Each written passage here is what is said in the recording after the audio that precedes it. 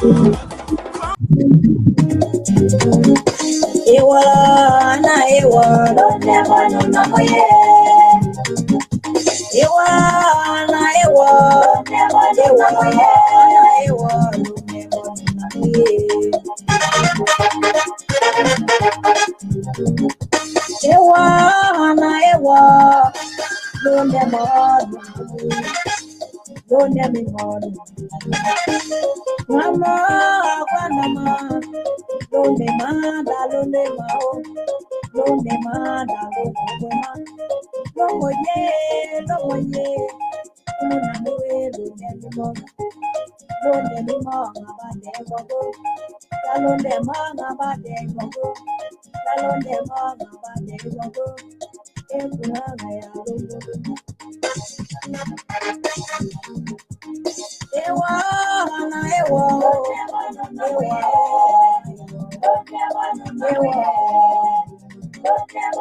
una miwe lomomie ekuna wewe londe mimo ya londe ma ngabade gogo ana de bona oga egina ana de bona oga egina ewa ana ewa londe manu na moye londe manu na moye londe manu na wera boga egina ye ne wera boga egina ye kono egana longe ganyanga ana egana lomo garenye dua lomo ko anama dua lomo ko ana ele ngabe mwe ana ele ngabe mwe ye kuna lomo miwa ena we ngalonde miwa ya londe ma ngawade ibobo ya londe ma ngawade ibobo ana elo ngabe mwe ewala ana ewa ewala ana ewa londe manu na moye londe manu na moye ana elo elawa o yena we lomo miwa kunu na mwiwe londe mimoe ya dempanga bate ibobo ana kwetumo ana kwetumo ana kwetumo ana kwetumo ana kwetumo ana adopanye ana adopanye ana mo adopanyo malogo na sanyo malogo na sanyo sande la juwa ba walomo sande la juwa ba walomo enga na pale mamongo kabalo ne tubo ewa ana ewa londe manu na moye ana ewa londe manu na moye londe manu na moye Mwadanga onganwa taona duale ngabe mwe wale kuna boke munerubo dawalie dulu nyangela deka no bebo de lo debo dawa mwe jali ba mwalo gayele li bateo gayele li ba wolomo dale nyarela duwa mwe nyangwe da mwe Nyanga duba duga monuwe kedale ya malongo wo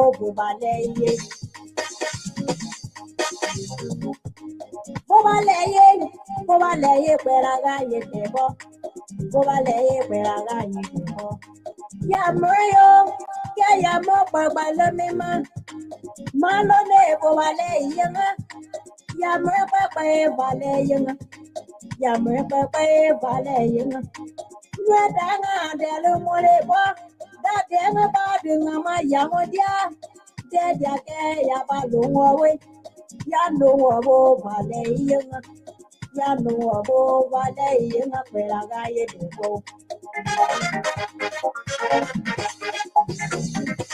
ewa ana ewa lo de manu na muye lo de manu ewa ana ewa lo de manu na muye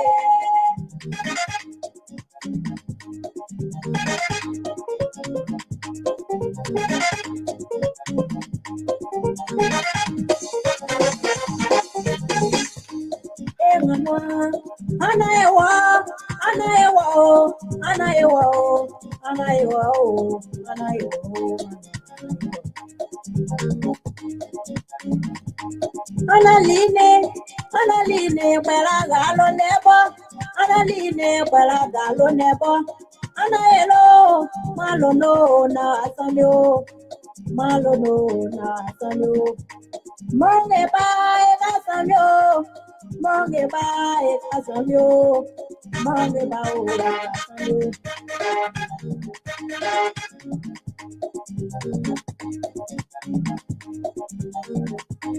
When the new wing and one, when the new wing and one, what a good number again, no, there was what a young way. Good evening, good evening. We want to welcome our viewers and listeners across the globe. And so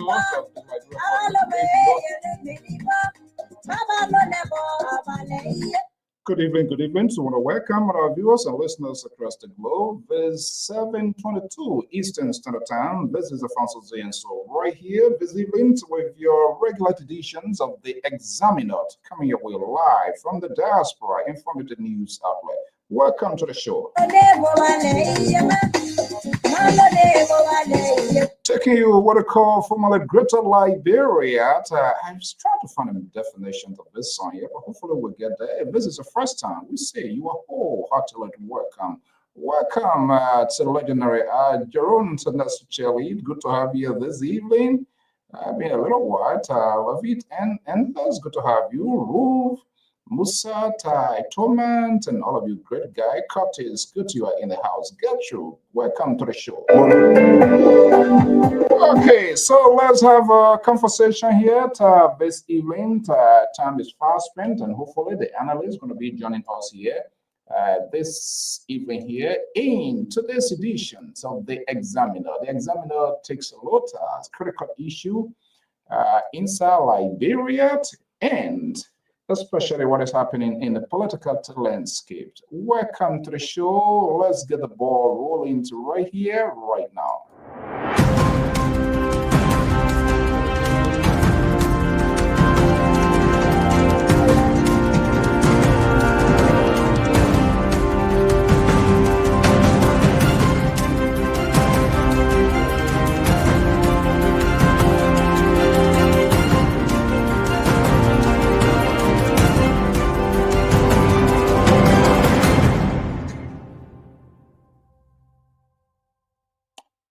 Here we go. This is the sound that introduces the program right here on the Diaspora Informative News Outlet, Liberia Public Radio, 10 LPR TV. I am your host, Chief Facilitator, and lead anchor of this network, Afonso Z. And so right here, this beautiful, cool evening here in the East Coast. Time check. It's 7:24 Eastern Standard Time. If you're in Liberia, we say good morning. If you're right here in the USA, other parts of the world, we say good morning, good afternoon, depending on your location. And we wholeheartedly welcome you, except we have a taboo here. The entertainment, of course, is one of the greater portions of the media industry, but it is our less focus here because there are a lot of important issues ongoing. So the most entertainment part will leave it with MC Caro, Eric Jiso, and all of those folks. We'll try to bring cues, news, fair, balance, and in a proportional context. We don't usually say it your way as you want it to be thrown out there. We are not here to amuse you, to entice you, and get your attention. No unnecessary attention throwing here. A lot is ongoing, and we have to keep it in a proportional context, making all sides, no unnecessary drama because you want somebody to listen to you. This is what get us to be where we are in the first place, because the media empires, their gurus, and those who really knew how to treat the microphones and in commands of the word did not give the Liberian people the opportunity to hear all both sides of the story during the process. And now it leaves our headache, talking point, A migraine taking the necessary ibuprofen, Tylenol, extra strength, and a headache is not going away. You are part of this problem that we are having because you have to raise your own alligator. And now they are out of the zoo and they are eating every hair, leaving no ones in turn, including their own babies. And that's the saying that says, when the going gets tough and the tough gets going, that's what you get. This is the examiner. Very shortly, the analysts will be here and we will decide, of course, with as much as possible, activate this line here this evening so as to get your side of the story with respect to what is unfolding in Liberia. Too much is ongoing. People in different views, opinions try to decide what is happening. The demise of the long-term serving senator, controversial figure, but also kingsmaker, heavily in command of the political landscape, the late Senator Prince Yomi Johnson of Nimba County. So the key question now, who's going to fill in that gap? And would that person have that sort of absolute and dominion power over the voters, vote-rich Nimba County? Or what will potentially happen to the visit of former president has created another talking point, but we are hearing sources close and some other inside. The Capitol Hill now is being fragmented. One group called here say majority, the other group minority, or whatever name that best suit the conversation to your desire. We are hearing potentially, hopefully by Tuesday, the final arbiter of court, that is the Temple of Justice, the Supreme Court of Liberia, cool. We are saying, those are the information, but that has not been validated by the court itself. But most likely, this is what we are hearing. What would that mean to both the minority and the majority?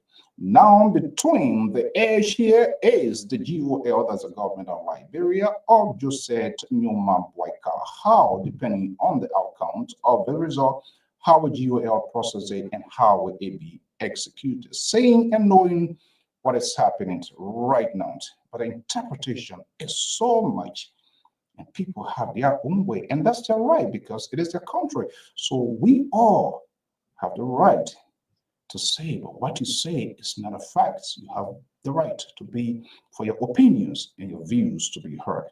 But what we do know now, the court would definitely look at all of the circumstances and taking into consideration the laws of the land.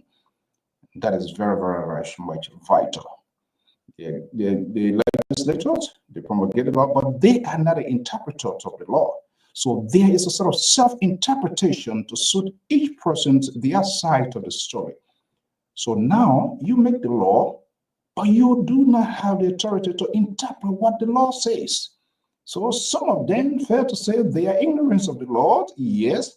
So the question now becomes, where is more or less convoluted is the law of the house supersede the laws of the land? That is the bigger picture we need to look at. And both sides of the minority, the majority, what's the hotel name? JLC or JRC, whatever hotel? I'm not sure whether they are still there. But what is quite interesting, it was reported, we found out, our SLA by one of the representatives, which of course we had a privilege to talk to him here, that there was money induced in the process. Interestingly, that has not been talked about. There's no investigation as far as we are concerned, but we talked to him. Those money were turned over to LSCC. So what becomes of that? Welcome to the show. Very shortly will be let's take this quick commercial commitment, and I will be right back here in a split seconds as we're about to get the program away. Welcome to the show.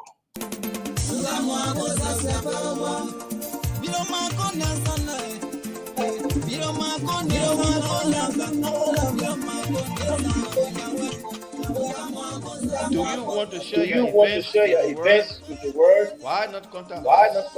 We are Liberia Public Radio, FPR. We are the specialists in advertisements, commercials, radio and TV services. We have the professionals that can help you sell your products and provide live coverage of all events such as weddings, conventions, graduations, reunions, anniversaries, sports, birthdays, baby showers, religious activities, funerals, and many more. Take your phone right now and call any of the following numbers. 682-433-8802, 267-648-6089, 484-786-3337, or 916-533-2048. Our customer service representatives are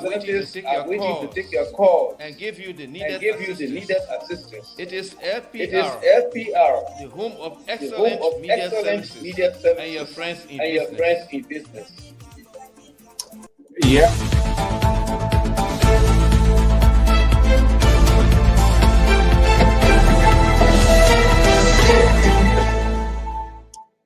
That's the home of excellent media services. Less entertainment, less drama on this network. We tend to focus on the issue, discuss it, not necessarily to suit your political taste as you desire to be, but this network is pretty well inclusive. We do not sanction voices. We intend not to leave no ones behind, even though we have some guys here that are so ridiculous in their argument as well, because they have a side in this whole thing here.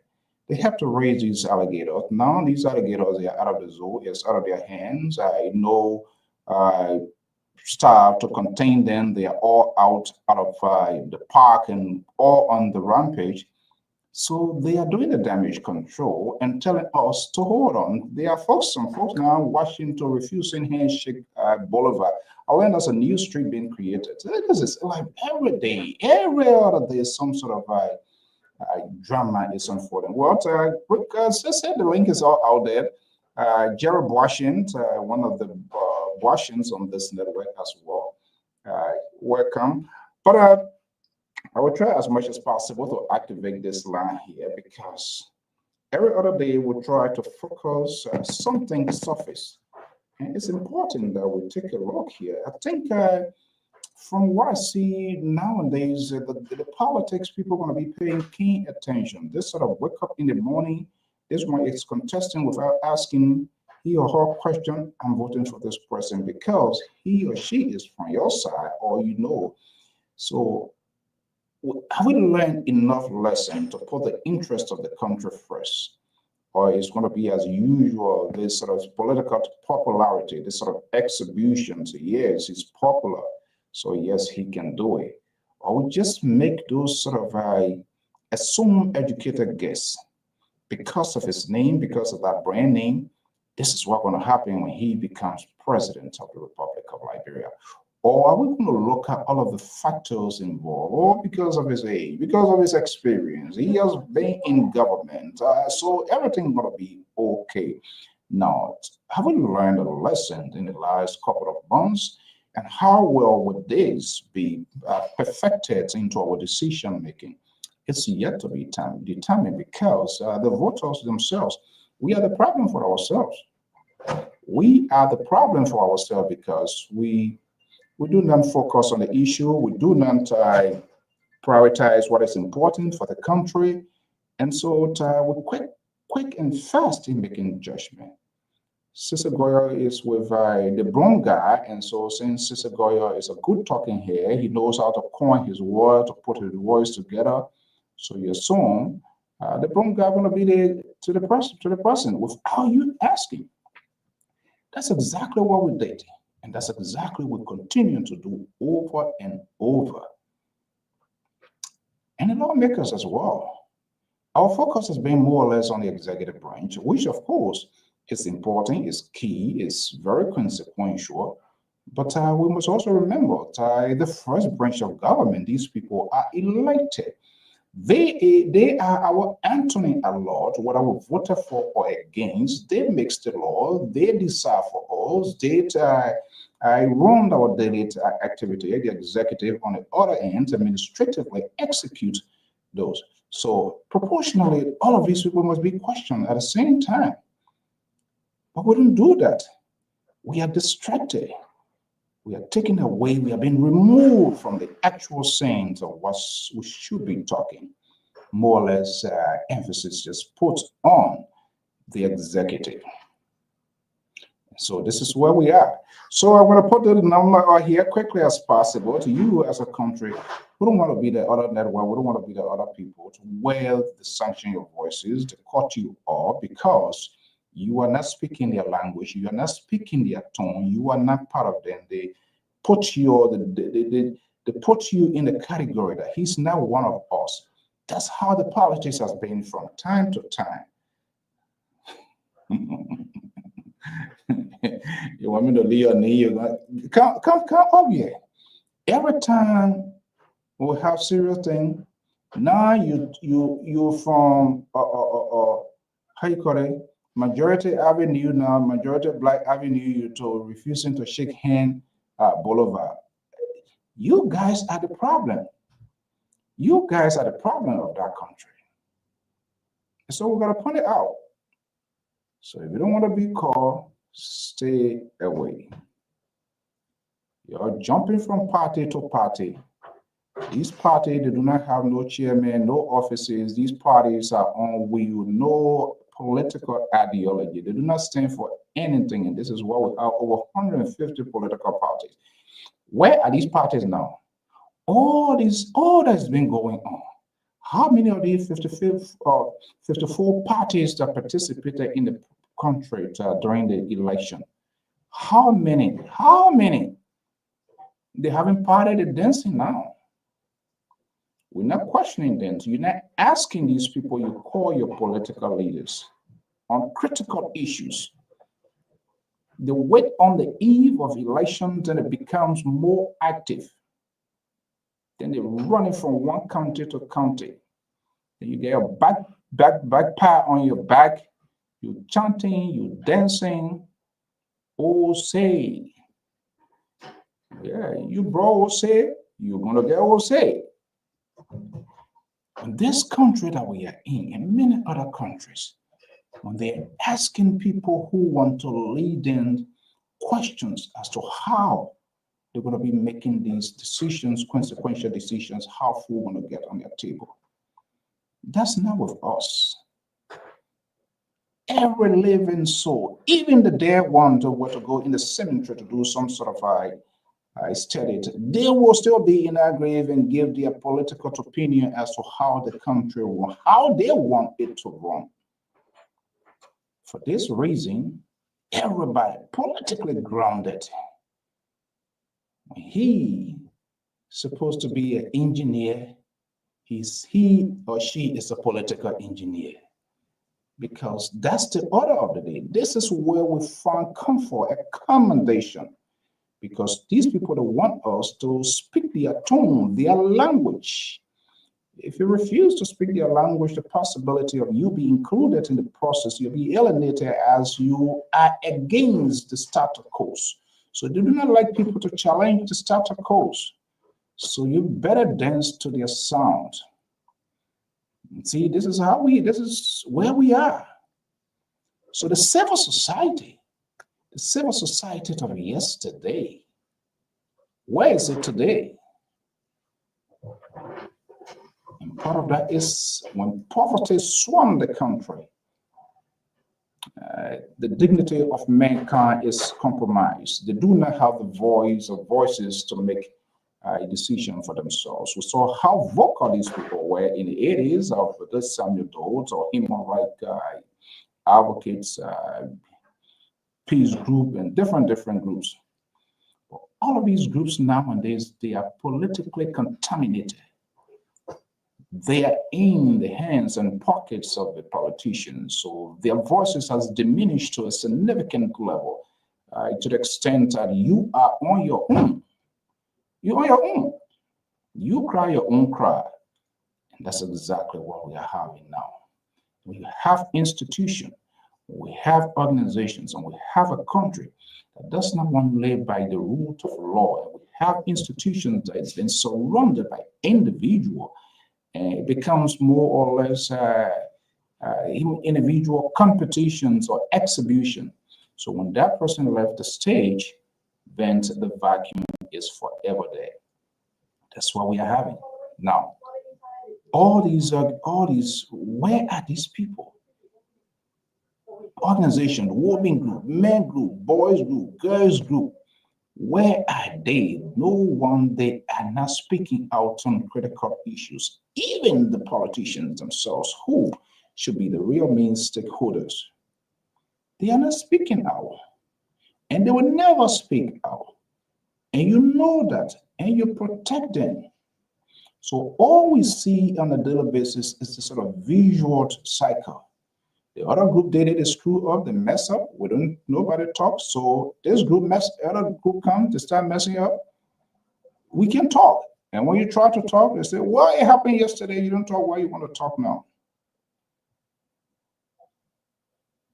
So we're in a visual cycle.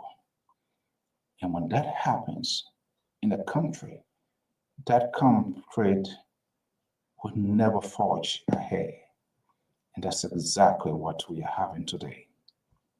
Yes, I didn't talk yesterday.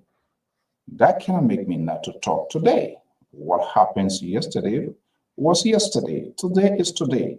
So we must have the guts to speak out to this thing here. Everybody protecting. Today with this party, if they can't find their voice, or if they are not accommodated, they jump, they go to a different party, and they bomb off the party. They will never stay in that party to make sure to fix what is going on in that party. Their language yesterday is different from that of today. And that's how slippery these politicians are. And we do not question them, but because they come in our columns and they have managed to persuade and convince us, we agree with them. We give their name. Baku, you're strong. They can't put forth. So we elevate their bad behaviors. And so they find pleasure in doing that. What was the argument yesterday? Some of those people were bold-faced in the cyberspace. They came and told you, this guy was the best guy. This man was the best guy. What happens when the central could no longer hold? They let them go because of their own doing. They go on the other side. They become the fixer. So they have restructured the crime scenes as if there was no crime committed. And we're into that. Even people in professional places that should keep it professional, they tend to be the spokespersons of the government. For God's sake, everything any other person talks about their country, they do not want you to speak, they do not want to hear you. They come to do the damage control, to defend government, to defend president, to defend opposition, to defend institution, because they know what is in it for them. They do not stand for anything for the good of the country. When they are in the bare world and having those glasses, knocking those wine glasses, then everything is okay. But when they are out of the system, then they begin to point out all of the ills of the president, this minister, this, that. And that's what I've come to realize. Our Liberian politicians are unwilling to take political risk. They want to be a secondary politician. They don't want to go to jail for a cause. No pain, no gain. There is nowhere on planet Earth freedom is just as free as it should be, even though the world is freedom. But it comes with a price. How many of us, how many politicians, advocacy group are willing to pay the price of freedom to maintain democracy? It is not happening. And there's no evidence that it's going to happen now. And we all are part of this process to facilitate all of these bad behaviors. And so here we are, people that we elected, 73 men, 103 men and women. So we come to the lower house. We're not going to put all in a basket of deplorable here this evening, but who knows? Well, when it starts, who knows? They're going to go to the upper house too. You never know. And we get Majority Avenue, Majority Boulevard. In the rep, who knows? In the Senate, potentially nothing is off the table. It's all about these people themselves. It's all about them. So all eyes is on the final arbiter of the judicial systems in the country. That's the Supreme Court of Liberia. I have no idea after the Supreme Court decisions whether they're going to go to any other court. I don't know. It didn't start from the lower court. It started little by little and came to the final step of our justice system. That is the most interesting piece that we're going to watch and see as to whether at the end of the day, how the decision is going to be and how the executive or other parts or branches of government will process and execute. How many months? No good job, no good working relationship. They're not going to work. But guess what? They will get paid. Whether they stay on Minority Black Avenue, Majority Street, or whatever boulevard, they carry on businesses. And they left the Liberian people undone. And we cheer these people out. The very constituencies that it represents, they're not calling them to ask them what happened. What's going on here, folks? Or there's some sort of consultations with respect to the decision. For the most part, when it comes to critical to what I do know, but it appears that we are a different group of people on planet Earth. In most cases, like in the West, when they are issued, these lawmakers, they come for consultation. They meet with their people, their constituents. Hey, this is what happening. They don't just want to vote on party line, Republicans. There are some people who cut through the corridors, party alliance. It's not going to happen in Liberia. CDC go CDC way. United Party go United Party way. Liberty Party go Liberty Party way, even though it's fragmented, but that's how it looks like. Folks here, they have that independent voice. They have the guts to sometimes rise against their party. They stand up against their party. And we saw that here in this country. One of the greatest patriots, who was literally in his dying bed, who was a born Republican, and how much vote was needed. He took the political risk, went on Capitol Hill. He said, I want to do something for the good of my constituent, not for the party presidents or party, no, but the people that he represents. First and foremost, they sent him on Capitol Hill. And you saw what he did. And he gives that thumbs down. That's political ideology. Something that he strongly believes, conviction. He ain't got to wait for somebody call, hey, you should go this, you should go this. No. They don't just come and talk and talk and talk. They do less talking and more work. They get what they want to communicate. They go on the social media, tweet 1, 2, 3 sentences, sometimes just phrase it left for you to figure out what they are saying, and that's it. But our guys, every evening, every morning, Spoon TV, 4 TV,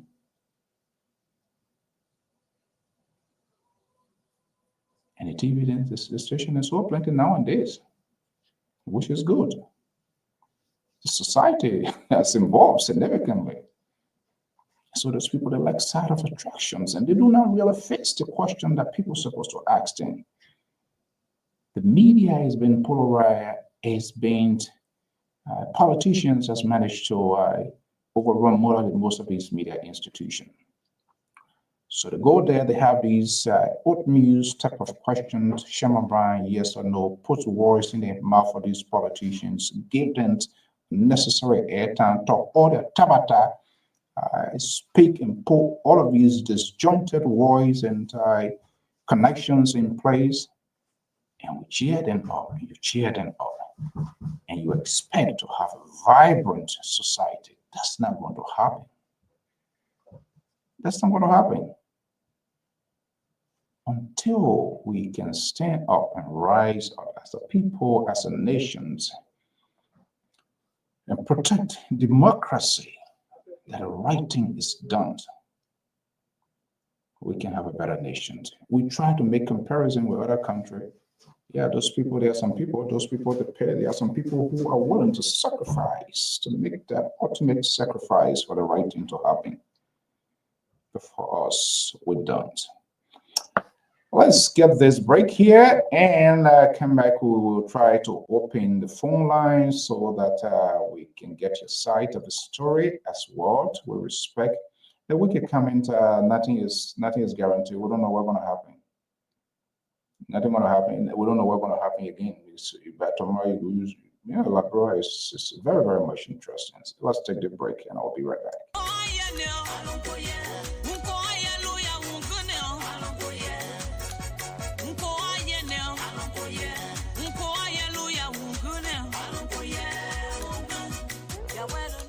Hello, listeners. This is Mazola, the lover boy.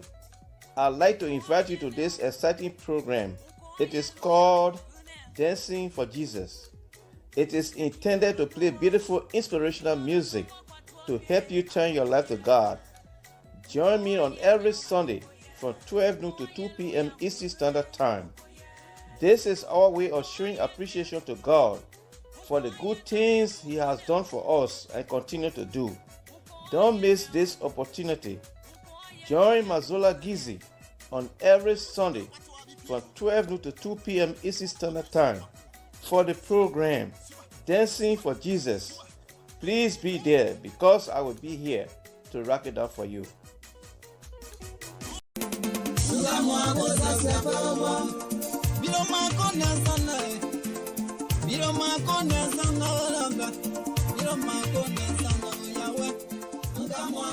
Do you want to share your events with the world?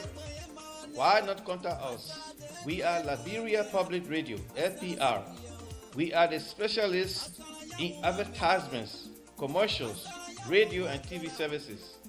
We have the professionals that can help you sell your products and provide live coverage of all events such as weddings, conventions, graduations, reunions, anniversaries, sports, birthdays, baby showers, religious activities, funerals, and many more.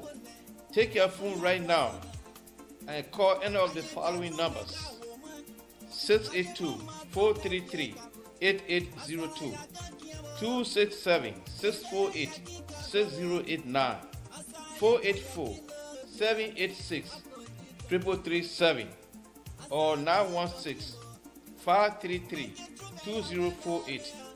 Our customer service representatives are waiting to take your calls and give you the needed assistance.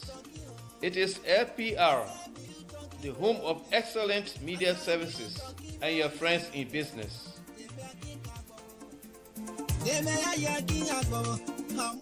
There you have it there. That's if you just in case, whatever you are, we cover to provide coverage for all functions, memorable one, a quality one as well. And that's exactly what you saw Manzola doing. And with respect to that, so we just do not just on it badge slaying governments or oppositions. We also give voice to what is happening. There are a lot of success stories happening within our community. That is part of the conversation. We need to keep track of that as well. So that's exactly what we do. So just in case if you have an event and you need coverage, be it a convention, reunion, if you want to divorce, you want to do what you can call it, just let us know. We will come there, So yet we are heavily involved into the community. And respect to the community, coming weekend in the Ocean State of New Orleans, it's going to be what I call a big blast, and LPR are going to be there. There's Madame Carape and kids present the system of Canada of Mr. Gray. It's Jefferson Gray, is a friend and brother. It's going to be a blast right here in the ocean state of Rhode Island, Jefferson Street on Capitol Hill. We will be there, LPR will be there to bring you live happenings. You know, these are sort of function that I love to see because I go to acknowledge people when they are around. You know, so Mr. Gray will be acknowledged. Madame will be celebrating his 60th birth anniversary. And talking about that, I'm just holding my breath. Coming in the month of May next year, you're going to see one of the biggest of all here. So it is a very good thing to acknowledge, to celebrate people when they are around. But when people are dead and gone, and you have people coming with these endless speeches, he was this, she was this. That's bullshit, nonsense. It doesn't make no sense. Give their flowers. Why? They have that breath to see. Let them eat their own cow. Let them eat their own cow. People who don't deserve eating it, don't call them because they don't contribute. They come, the food not sweet, the food not this. They don't bring down, they come, just criticize, look at people, what they wear, what they did not wear, and wrong with it, or no contribution. So I think it is time for us to give recognition when it is necessary in your family, in your organizations, in your group, look in your community, someone who has made a difference. But we always like this sort of obituary announcement type of thing.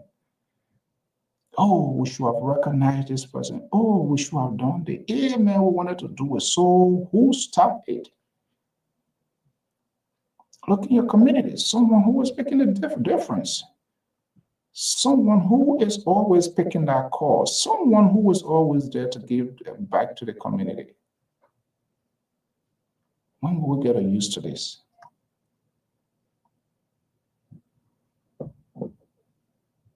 They would never do it. When people die, then they come with a crocodile tear. I wish God had given to the dead some strength, because plenty of people will be slapped at an event because those some people come there to mock at the back. Oh, you go, we're doing this. But if we begin to, and this is very much key, it's important. On a serious note, if we can acknowledge things that happen right on our feet, it makes it difficult to acknowledge what is we do not even see.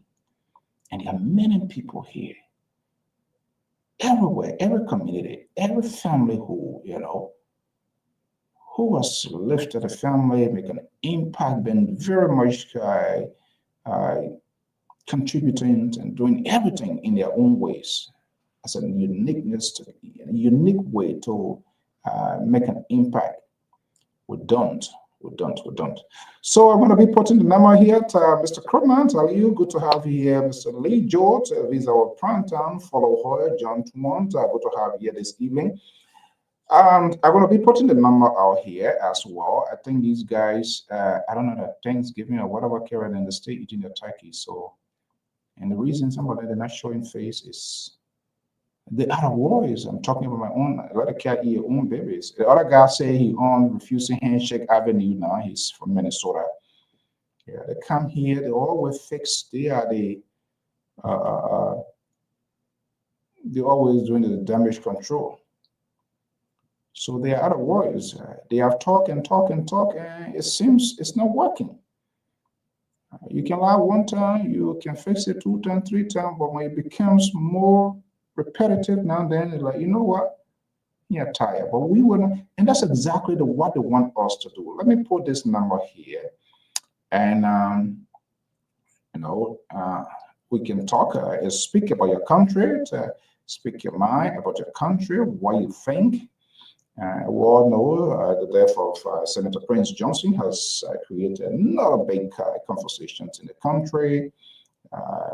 President visit, vice president visits, too much. Lot is just going on. Makeup news, not makeup news, news with editorial team, no editorial team. They just say, people say everything that they want to talk. No, if you enjoy, I've been judging my hand. You see? Yeah. I've been judging my hand shape prior out. These are the people. So that has come about. But politics is it's not a jargon. What do you expect? Why should people? Well, we should really talk about George Weah Sheikh, who hand George Weah now who Sheikh. You think George Weah wanted to leave power? That's how in our African settings, how resentment and bitter we are. As long as we are not on the winning side, we tend to be the victims of the process. We should even hold ourselves responsible of why we are victims. People give it to all. We do not validate. We do not value what they give. You value something when it vanishes away, when it goes away, then you know the importance of it. So who cares? You're not shaking hands. You saw Donald Trump didn't go to what his name said ceremony here. That sometime they were still in denial of elections being rigged. So what is the big deal? Who cares? They were going to pour food on people's table. We actually we are hand, we do a hand at days and all of that. Maybe he's reflecting on his days back when he was playing soccer, games started to put their hands on the website, talking about on the football field. So why should it kind of like really bother with it? That is how these people has been from time to time. On the other side, it will be the same way. So what is the big deal? People even supported it at the end of the day, like Brother said, they get in Calope. They no longer need their services. What they want to get it. Go to hell. We don't care. So what is the big deal? That's how these politicians, that's how they behave. That's what they do. They do everything they can to solidify their political grip. And so even at the detriment of the country, they don't care.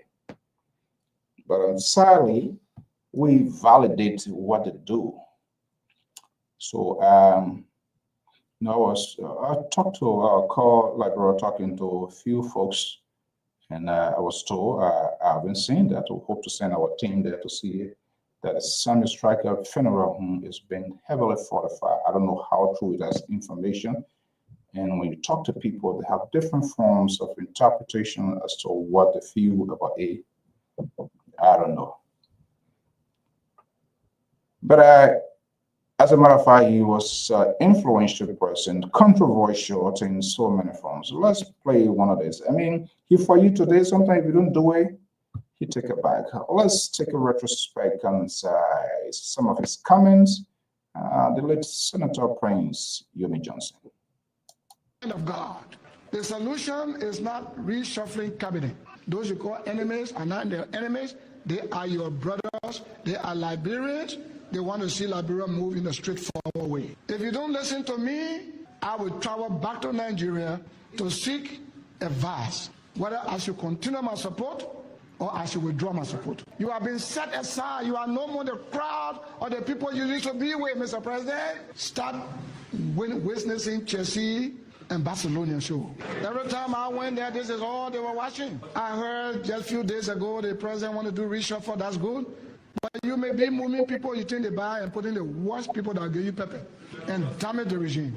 Go to the Prophet TB Joshua.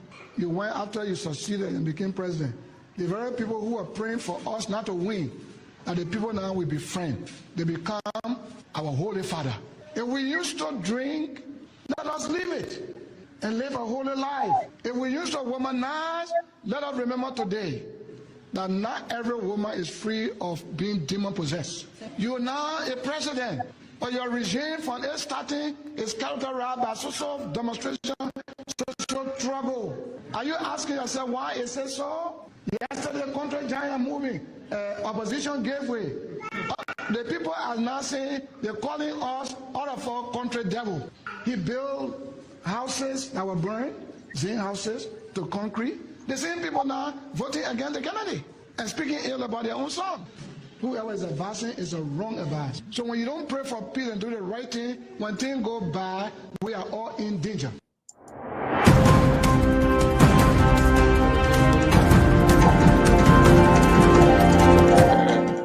Holding them accountable in their own words. Oh my goodness. You know, that's one thing I love about politicians. They are very good putting themselves on record, you know. So where are you going for your own consultation? Who are you going to wish you're going to? Oh no, I judge in case between Bishop Weah and VP Kuhn. I don't want ECOWAS appointed as a chief negotiator. So I was just to how to call it, play a Jamaica resort, and me and DJ Blue we play some music. But now we're going to Jeremiah Kunsan and go here on the side of the story too. Also, he temporarily left the block and came. Yeah, DJ because they made money on Sunday now. They get paid Sunday for being representatives. They make a stay play do a DJ thing. So they following me. Yeah, they lay colossal money.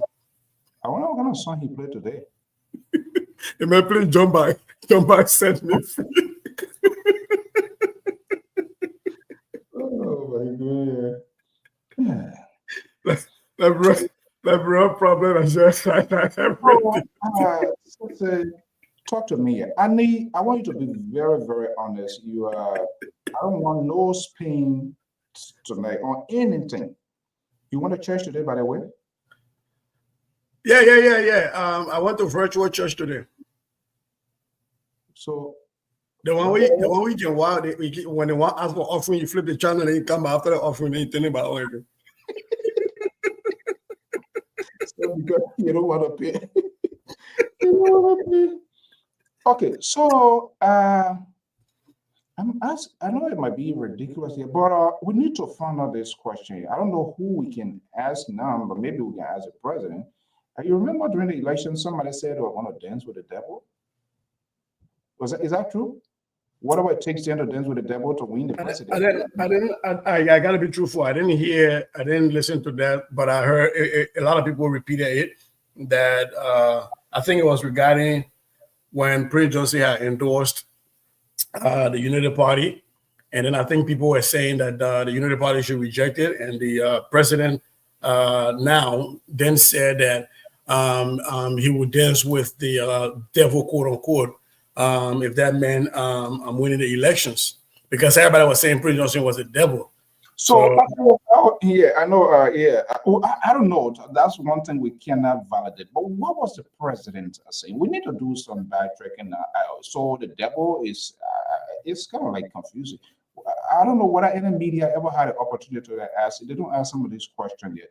Was it a literal war he was using? What was he saying? Actually, I mean, not obviously it's devil or mass dancer from whatever it is, but what was the president saying? Is it important to talk about that? Oh yeah, and that's some of the reason why I get frustrated with the Liberian press. The things that are important for them to go deeper on, they're done. You know, they were asking some of these mundane questions that doesn't move the conversation anywhere. It just gets stuck in their tabloid kind of question, kind of thing. That, oh, why weren't you ring on your finger today? Oh, who got a beer today? You know, kind of questions. But based on what is out there, and again, it hasn't been authenticated. I haven't listened to their tape. So if somebody has it, I'll be willing to listen. I'll be more than happy to listen to it. But what was out there was this big push from the CPP. That Joseph Boakai, if indeed is coming for change, is not accept Prince Johnson. Because Prince Johnson was the devil, he was a murderer. And I think you remember around that time they had released some videos showing that Alexander Cummings had donated money to this particular devil. Yeah, after his university. Right. And then the CDC had also danced with a particular devil to get to everybody. So that's why the UP candidate then was saying, if this mess the devil, I would dance with the devil to get to the presidency, because it seems the devil is everybody can dance with the devil. You know, everybody either give you money or if you imagine this, Mr. Stewart, this is some of the things, you know, yes, people have the right to be really angry at Prince Johnson because he destroyed a lot of people's lives. And people have the right to also celebrate him because they see him as a hero. that he protected some of their lives. But between all of that love and hate, one thing people, I guess, we're not focusing on is the vast shadow that Prince Johnson had over the presidency, right?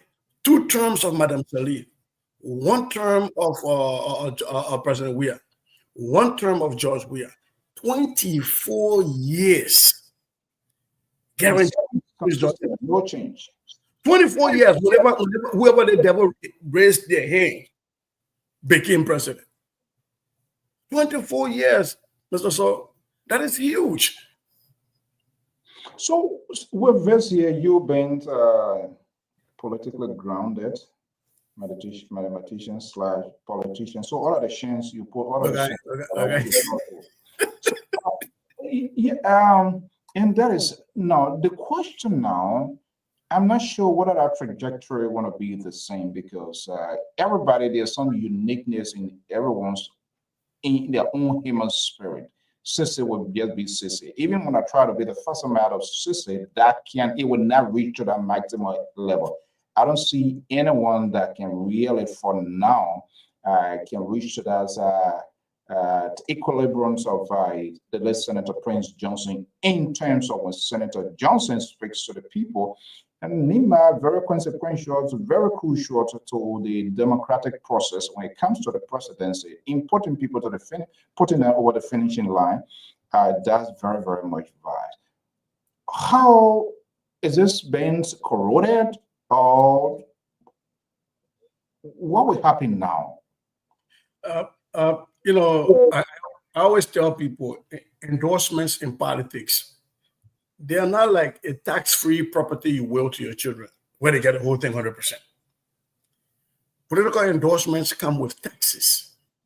So it has to be minus the taxes. And the taxes that I'm talking about is if Prince Johnson could guarantee the Unity Party getting 138,000 votes and winning Nimba hands down, by him raising the hands of a Jeremiah Kuhn, they might still win Nimba County, but it will not be 138,000.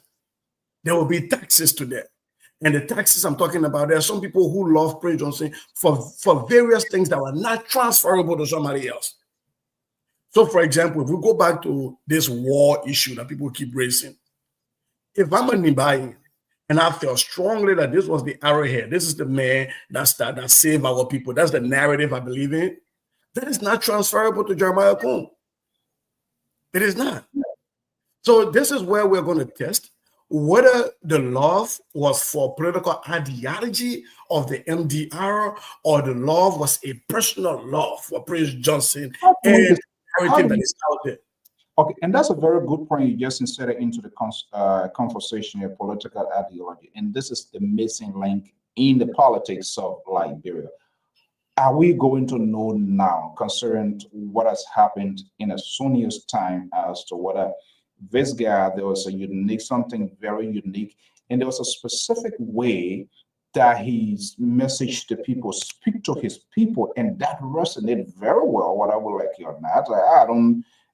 I experienced this guy. It was a nightmare. It was horrible. You want to open the ground. But there's a way that when he speaks, the people listened and he doesn't hold back.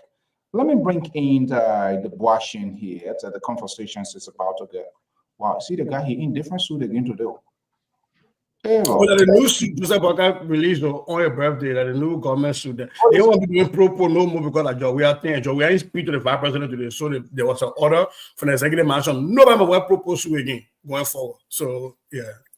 Now you see Jerry here, new United Party suit. Let me move it so we see they're so good. Hello. Our money.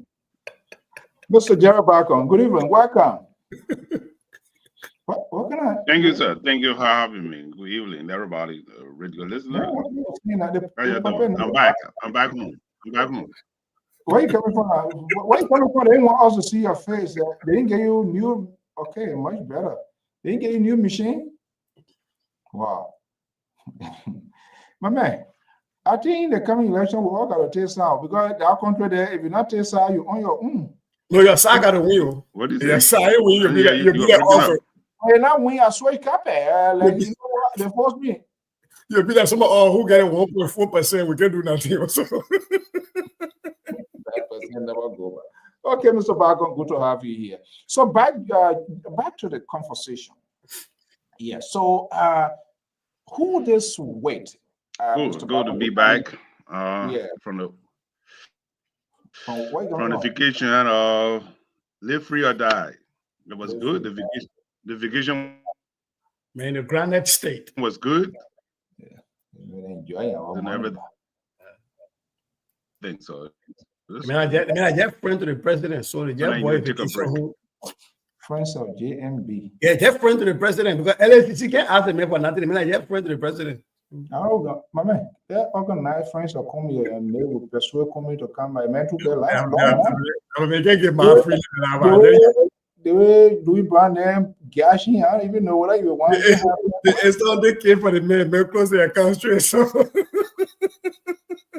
yeah, like my politicians, they are so bad. But quickly here, now.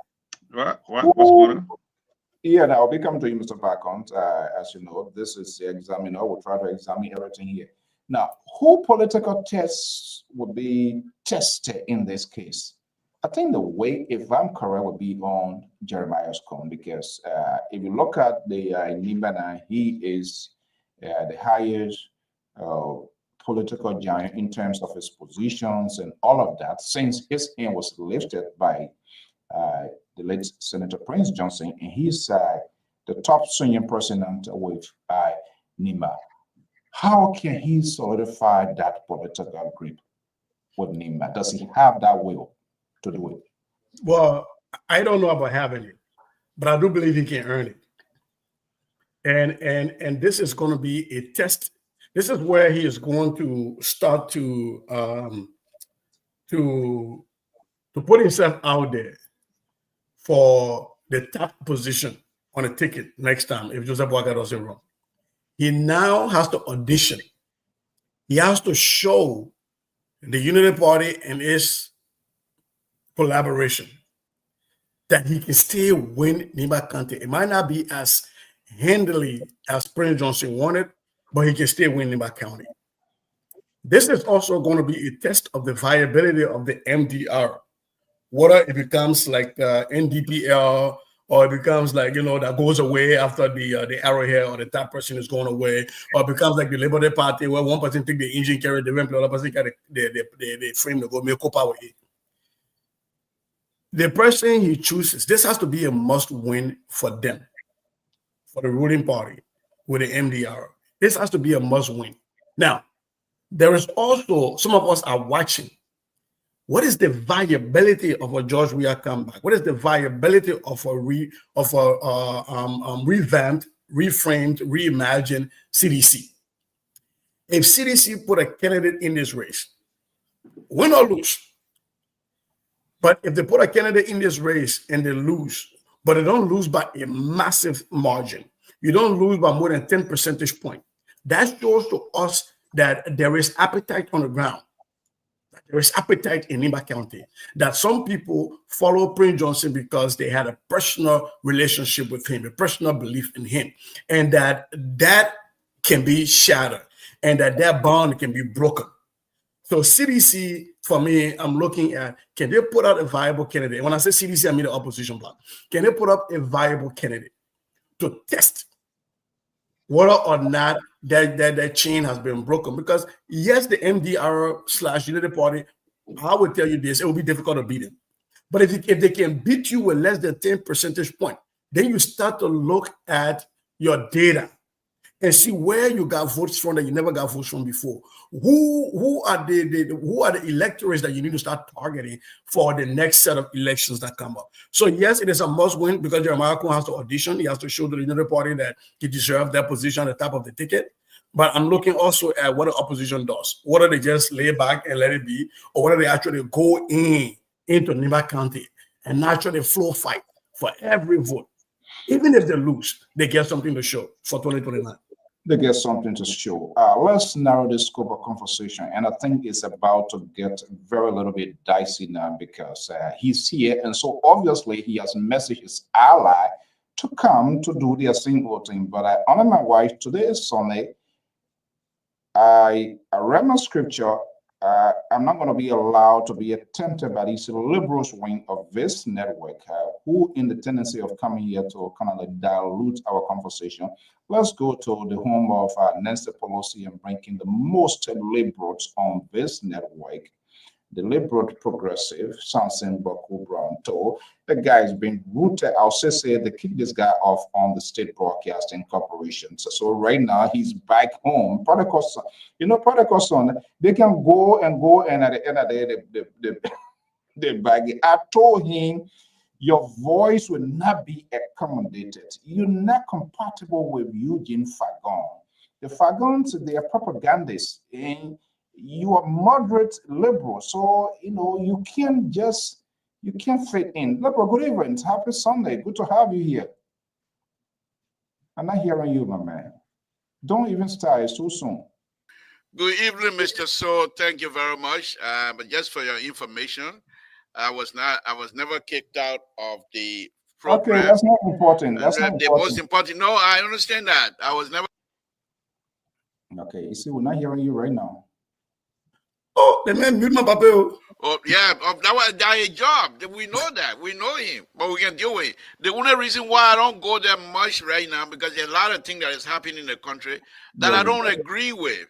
And I don't want to go out there and try to make some statement, perhaps, that is not in line with their line of talking. And I try to stay away from it. I don't want to have confusion. Oh, you see, that's the difference. By the way, Mr. So, the way they made big, huh? Now why you scared to put a roof on it now? Because you went there. You went there away from his own shadow. You see? He went there. He was deep into it. Yeah, that's true. The baby doing well. Everything was well. So the high day, huh? Nah, okay, now. I don't want to go by there because I don't want to put saying in their career. So they can't even allow you. And you see, folks, for those of you listening, you saw what I was talking here. It came directly. These are people who are protecting their own alley. He only there when things are fine, but things not fine now because he does not have the guts to go out there and say and tell and open the people. But he will come here with his tabata. The man is a diplomat. The man knows how to deal with diplomatic stuff. Okay, welcome, liberal. Let me go to your man, Jerry Bacon. It's quite fascinating. It's interesting. We're just talking about the politics of Nima here. Jerry Bacon, not to take you back in your past, but the history is all about the past, the present, and the future. Now, the talking point, the conversation now that enters the news cycle now, the former president went to visit the bereaved family, and he did not shake Jeremiah Cohen now. And we were saying that most likely the CDC could possibly cut through the corridor in Nima County. They were unable to interpret, they were unable to stay on message, all the good things. Nima got developments, as a matter of fact, under the George Weah-led government, but they were just unable to prosecute that case. Now, with this thing that happened here, I want to know whether the CDC modeled the role for themselves. With the Mayans, with the voters, their people, would they remind them in case Jeremiah because either Gonglo, CDC could put us somebody strong in that to kind of, if not to kind of narrow the votes of Nima. But he went there today, Lone Star versus Nigeria Super Eagles on his chest. Who kicks the can down the road? Excuse me. Good evening, Terry. Welcome. Yeah, go ahead. See, Morgan never leaves his spot. Good evening to the panel, Mr. So, Liberal, Mr. Bacon, and Sister Senior Brother. Yeah, you said what happened to Moke? Okay. Is still bringing Ebola? Oh, yeah, exactly. Morgan never leave his spot. what is in you.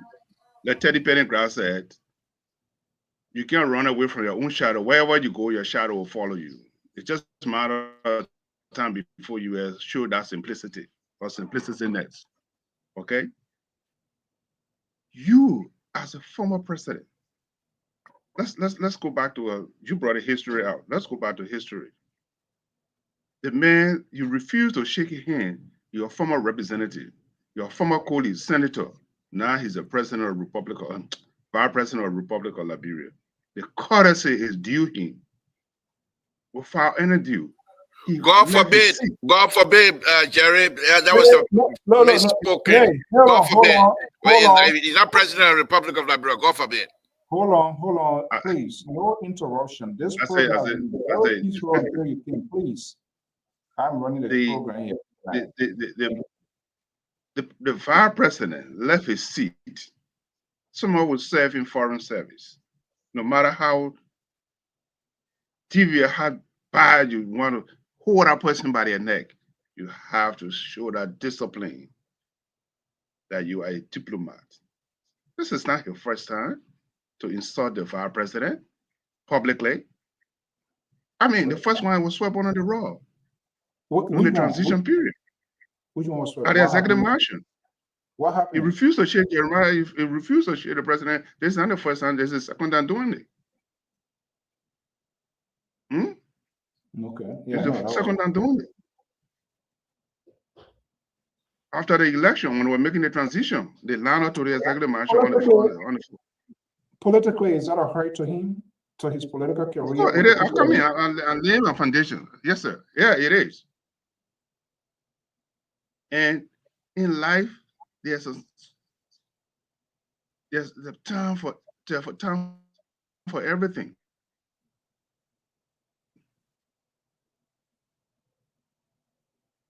What he did today, it hurt the Nemadian. The presence in the dead man's house, you refuse to shake their son hand, who is the current vice president. I just put a slap in the Nima people's face. Okay. To hell with you people. All right. I'm the you try to edify this thing in a different thing. You know, I come in. No. Yeah. To hell with you people. To hell with you people. You know what I used to say? Say red, you would never show your own self. That's what's happening. Okay. You can't go into somebody's house and show your simplicity as a president, as a former president. Okay, hold your peace there. Terry, good evening. Happy Sunday. Good to have you here. Let me just bring you in the liberal progressive here. Like usually it's his thing, putting foot in your mouth. The liberal. Now, what we do know from the surface in the interim, as far as we are concerned, the former president does still have some political ambition.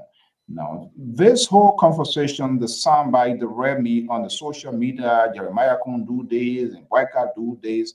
Here we come next day, former president went for visit the African politics, not even right here in the Western politics, the empathy side of politics is also there, where there's a bereavement, something bereaved or tragic.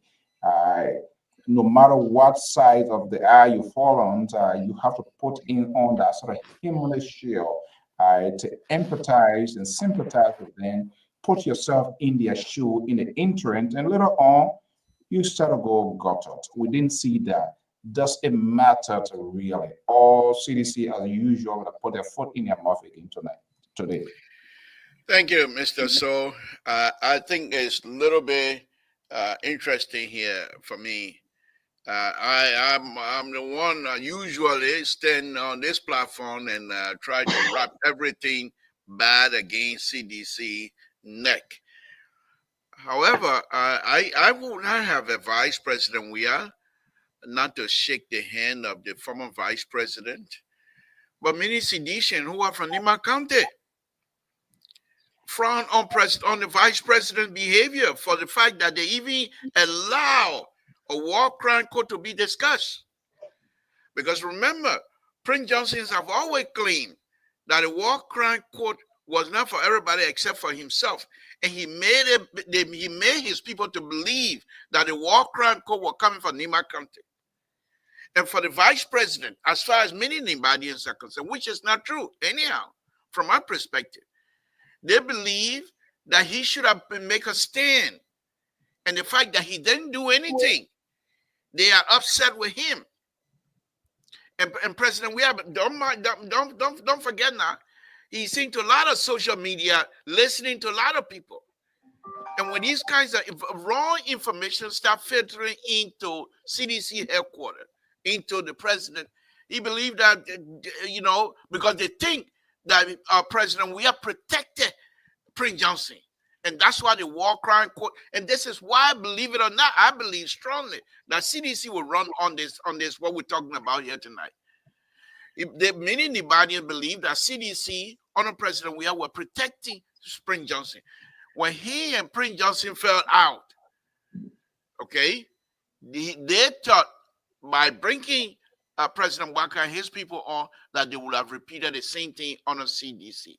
And the fact that this war crime code was even established, Prince Johnson, and the fact that there's a rumor out there that Prince Johnson and the current president have never spoken for a very long time.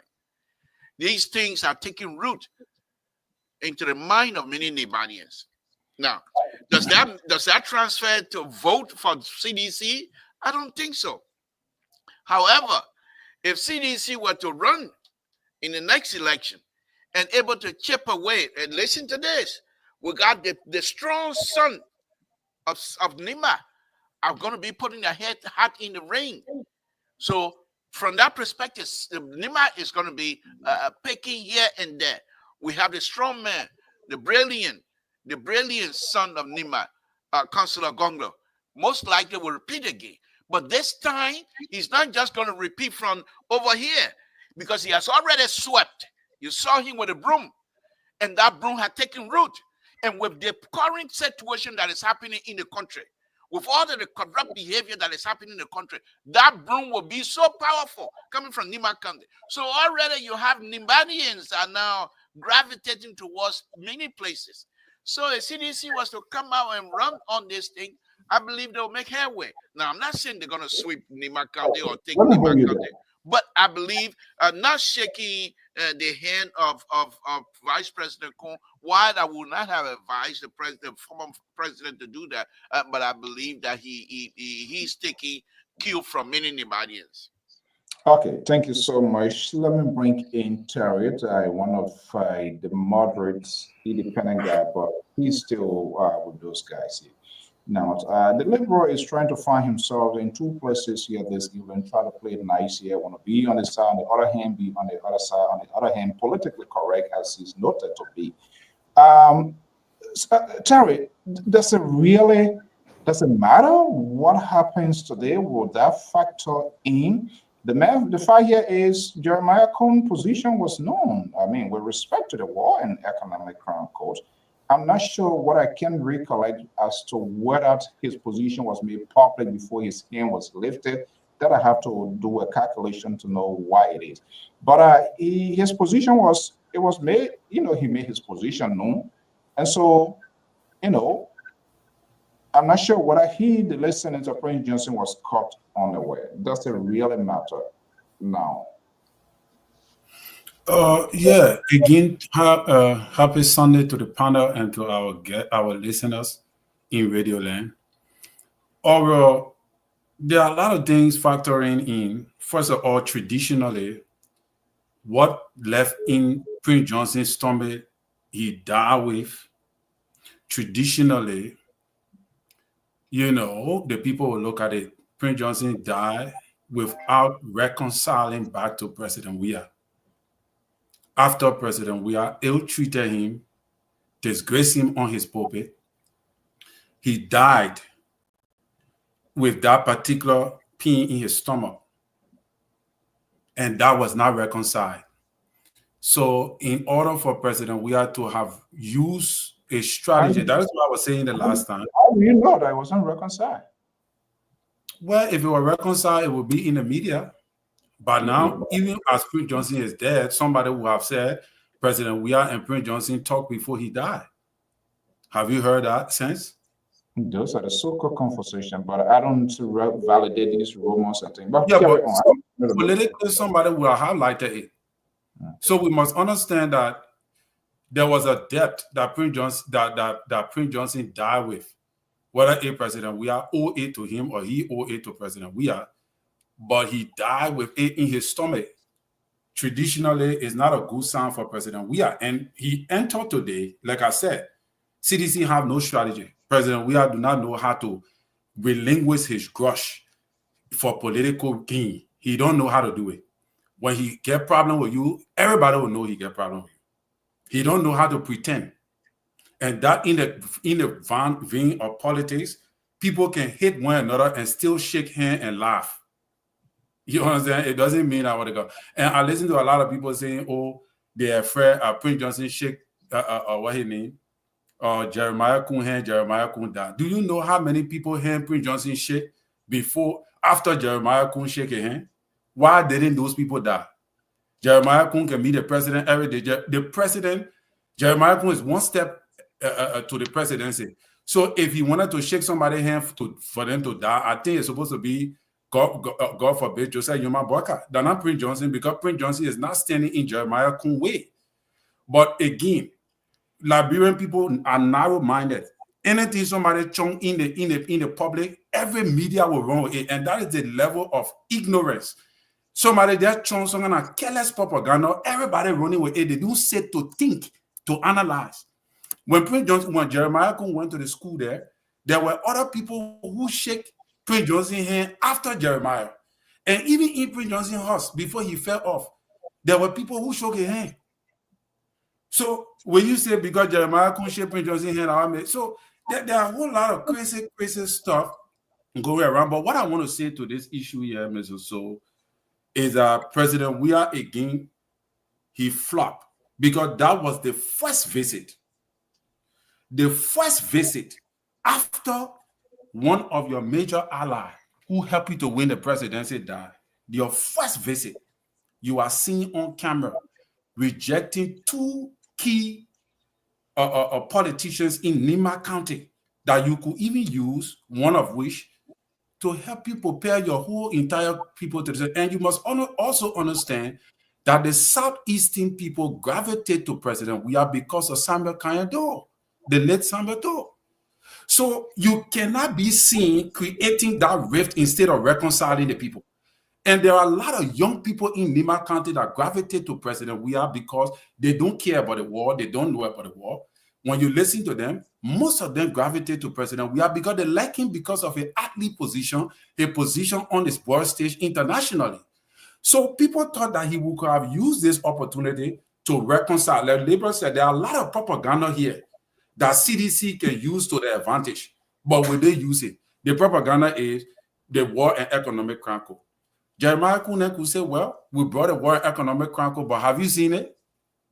So it could be a political stand.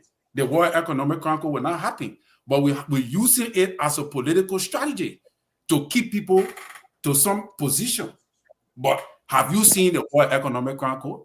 Okay, let me push you here a little bit, because you guys are noted of kind of reasons starting. But quickly, before I go to Ceci here, you were talking about what are something left in Prince Johnson up to a demise with respect to former President Weah. So let me flip the coins here too. Is there anything left in Prince Johnson with respect to the current president, President Joseph Boyka? Because we saw him complaining the Pope, how the president was not picking his phone call, the blacking. And we, vividly, there was a lot was unfolding behind the scenes. Is it fair to say that as well? That is the propaganda that CDC is supposed to be running with. Does not mean to say it.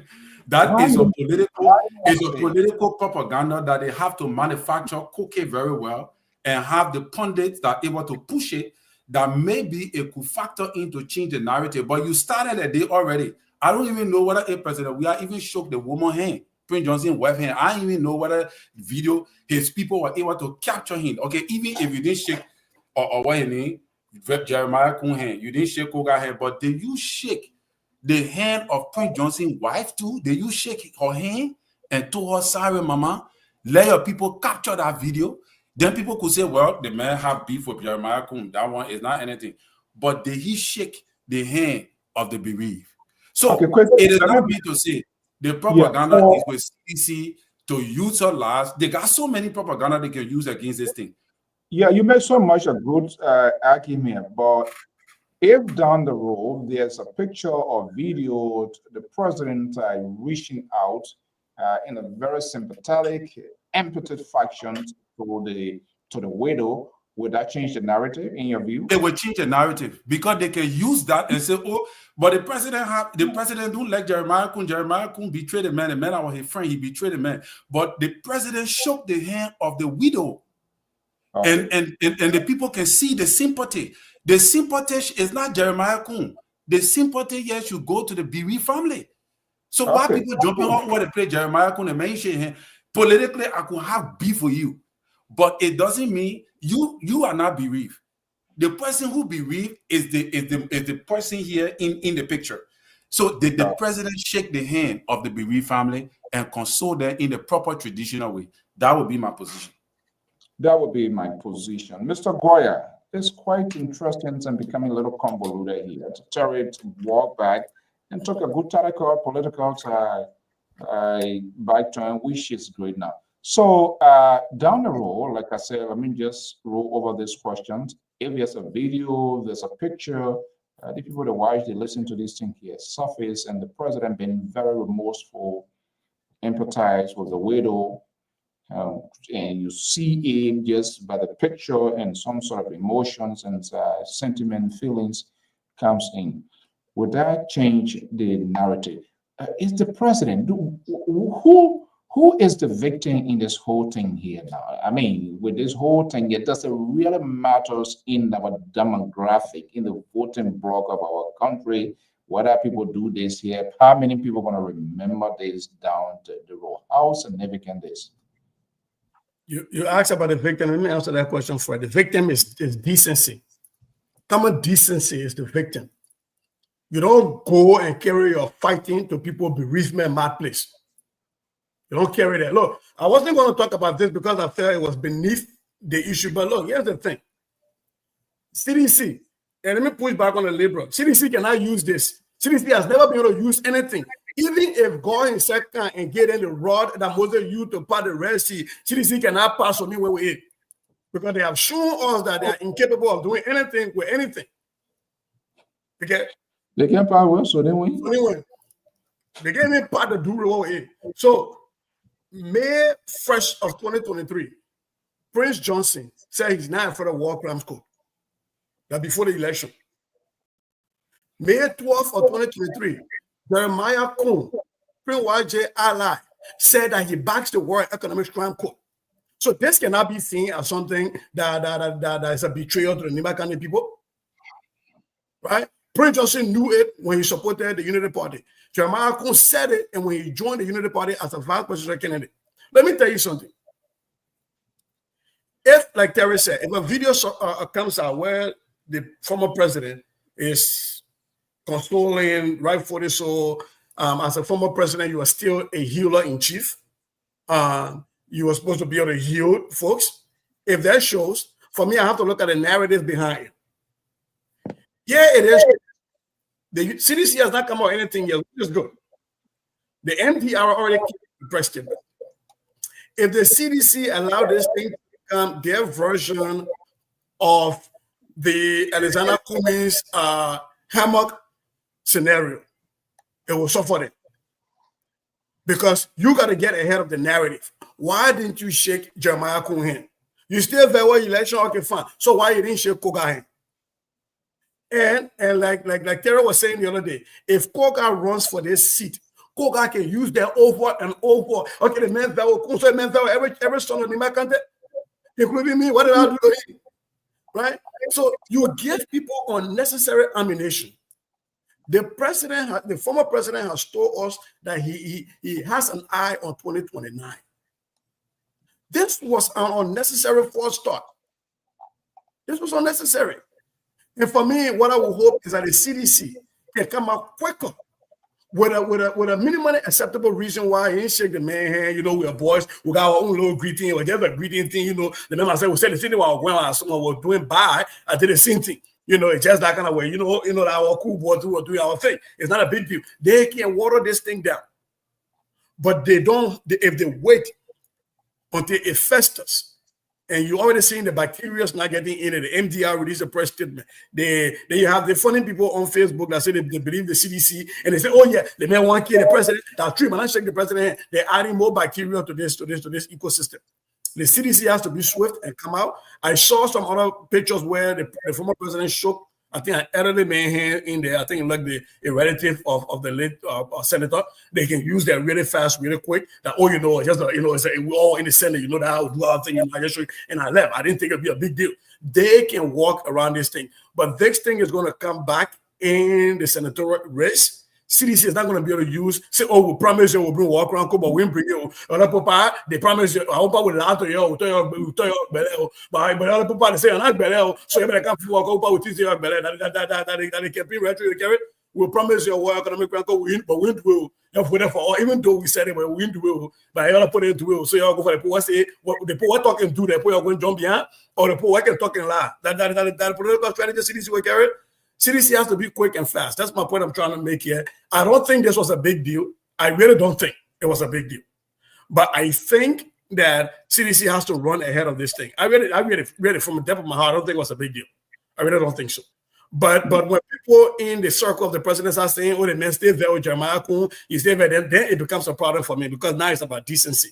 You don't go to people mad and carry a beef on people mad. Okay, before I bring in Mr. Bacon, there's a picture here. We have to validate the authenticity of this picture, but it is from Kalasco page.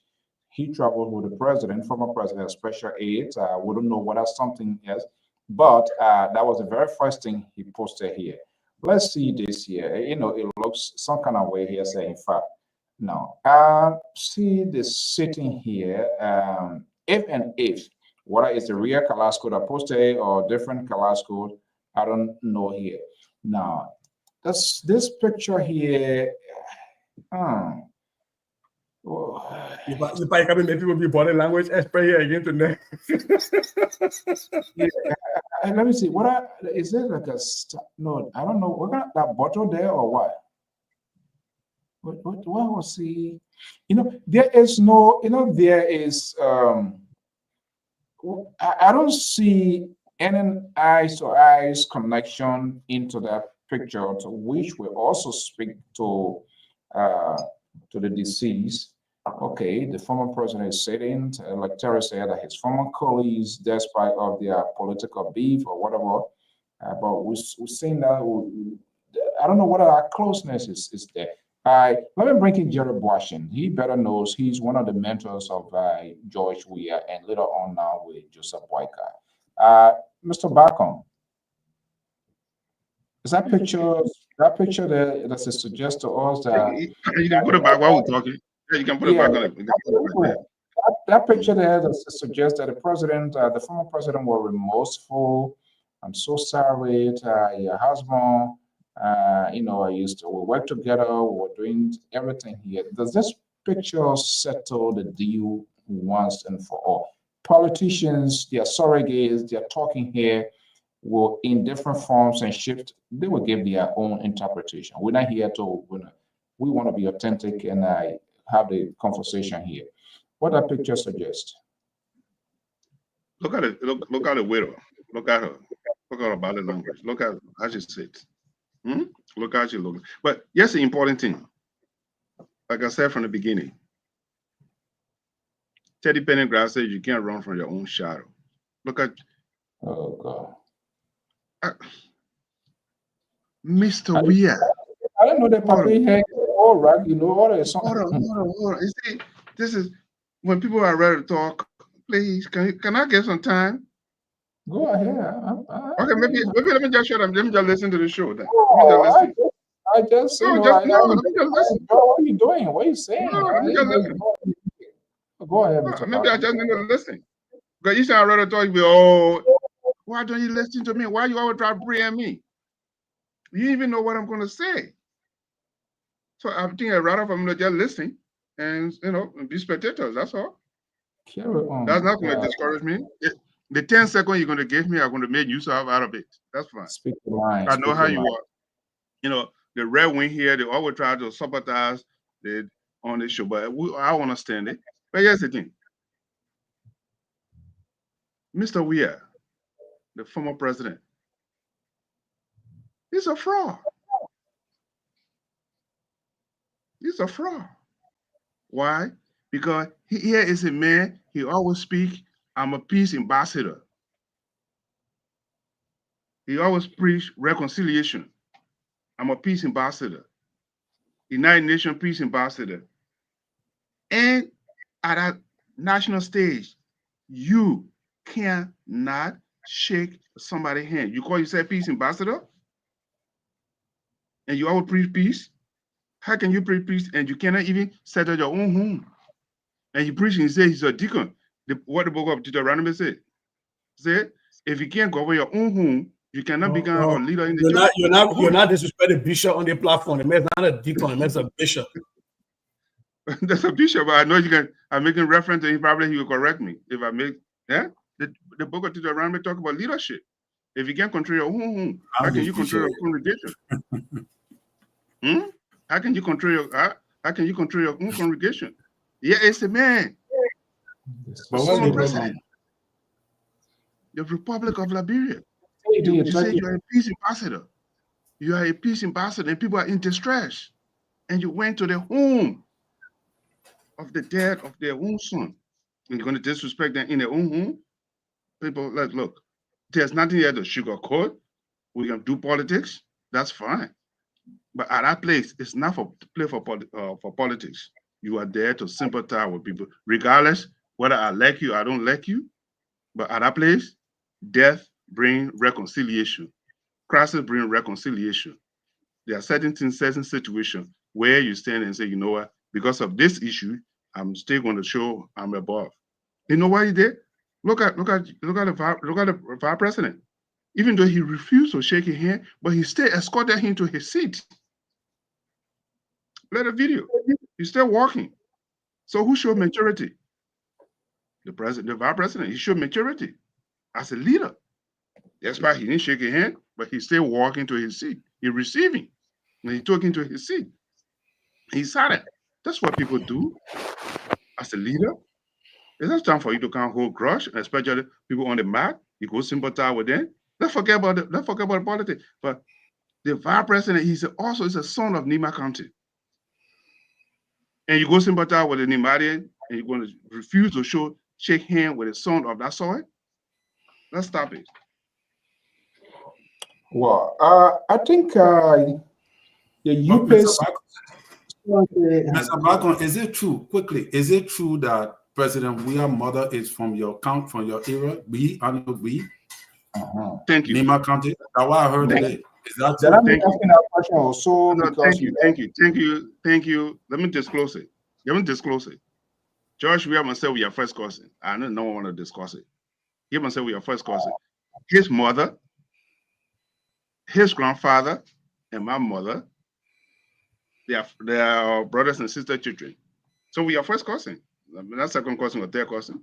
Oh, so Weir's mom was one of the 11 people that were alive, so now only 10. Yeah. So we are only 10 that remain. Yeah. His mother, his grandmother from Riverside, his grandfather that we met, he needs to say one. Say one. That's everybody say one. Say one is our ground. We both of us share the same ground. Parent. You can say we are first cousin. I never disclose it, but since he asked that question, that's what I want. Yes, yeah, we are. If you watch a video when he went to Nimba County to brush the place, at what town he was in, that place he sat in, that's in our village. His two grandparents' grave I seen our town right now as to speak. The town his father from, his grandfather from called Gia. There are two towns, just river between us, Gia and Double Town. Yes, he is. Even cousin. So President Weir is calling right now. You say he wants to react to your statement. Should I put him on?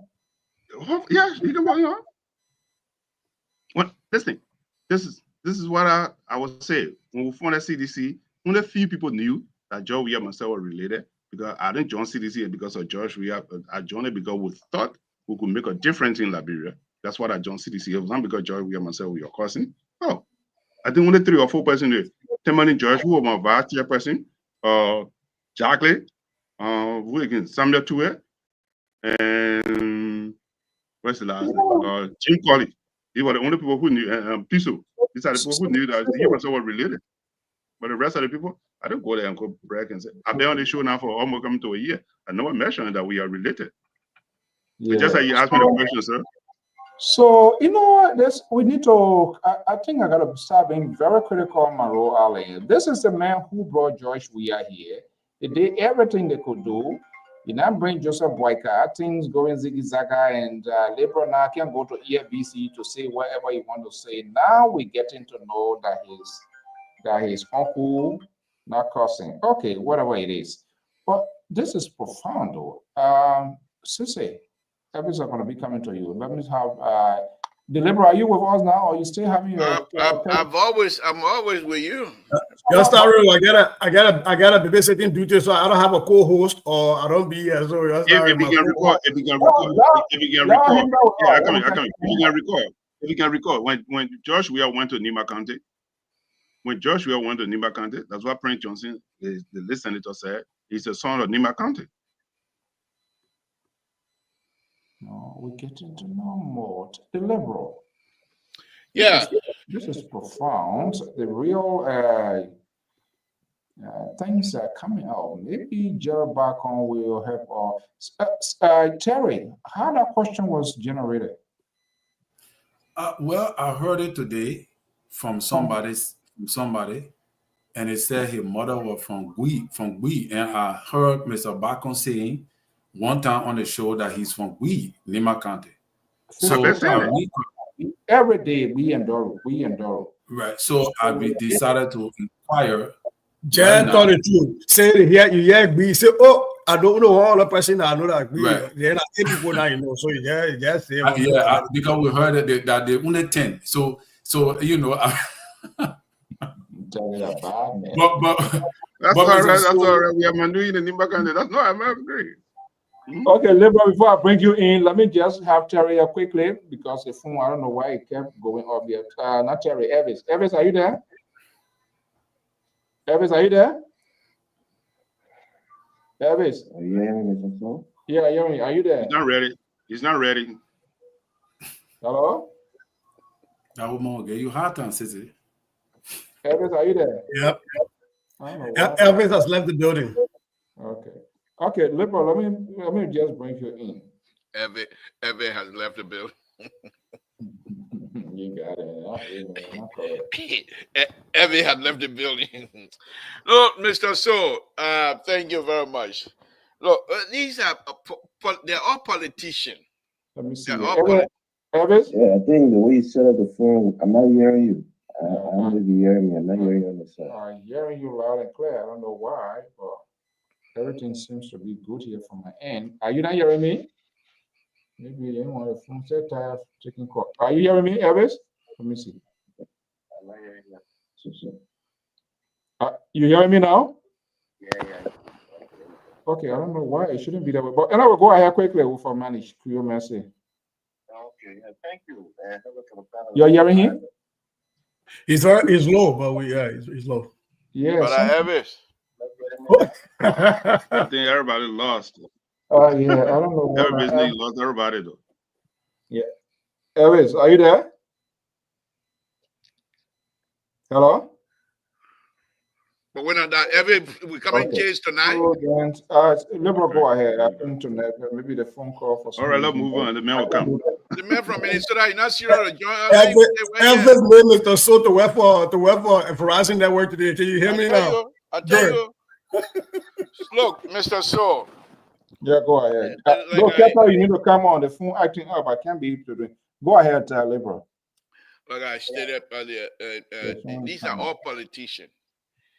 And people are jogging for position. Mr. Barcon's position is clear.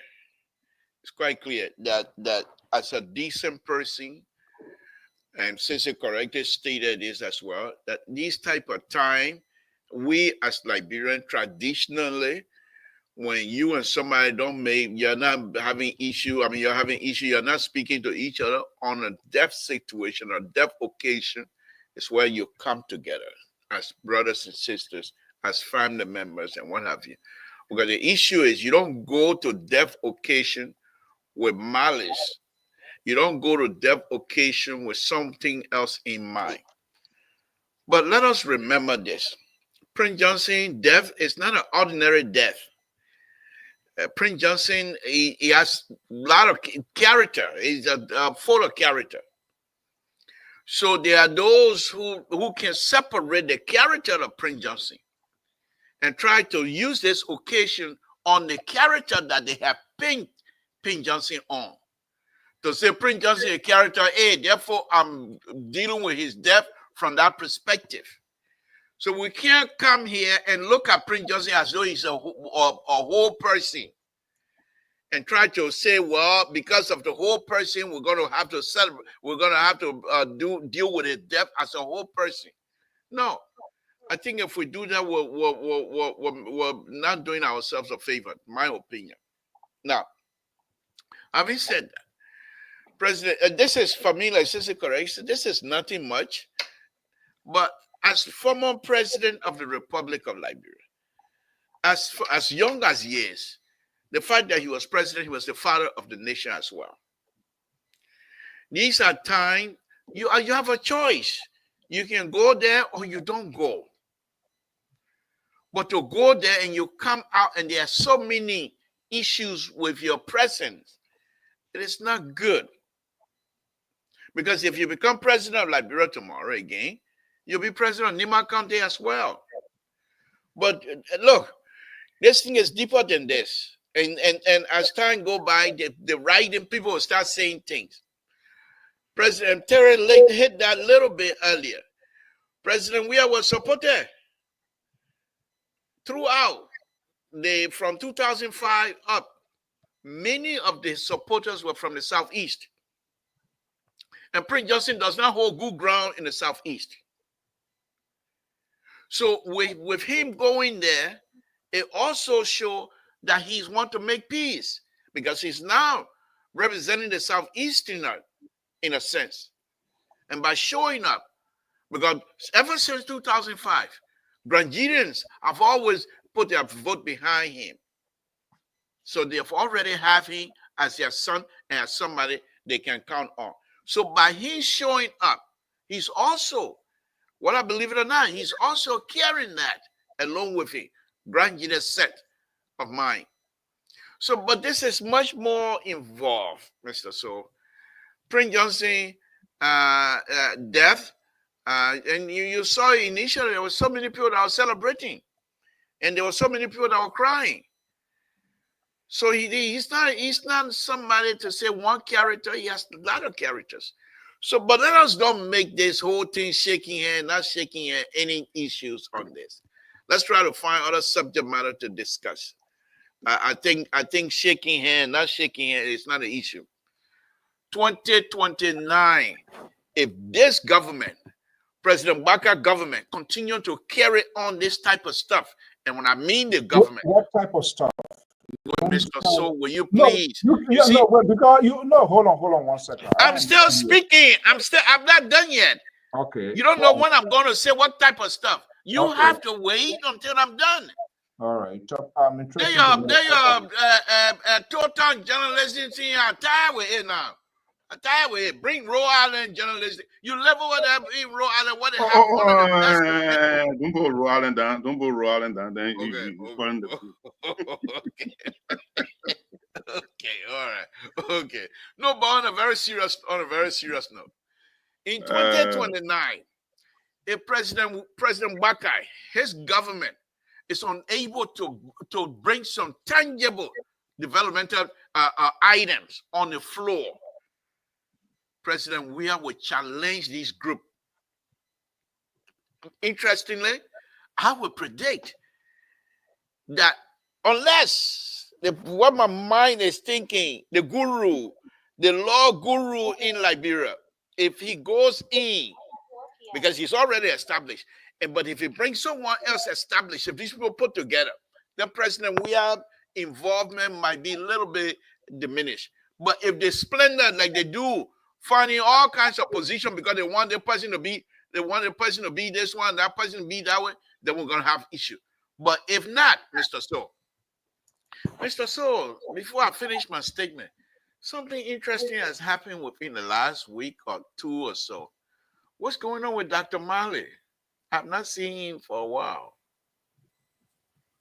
If I and I go home, if I so what are you asking? Sorry.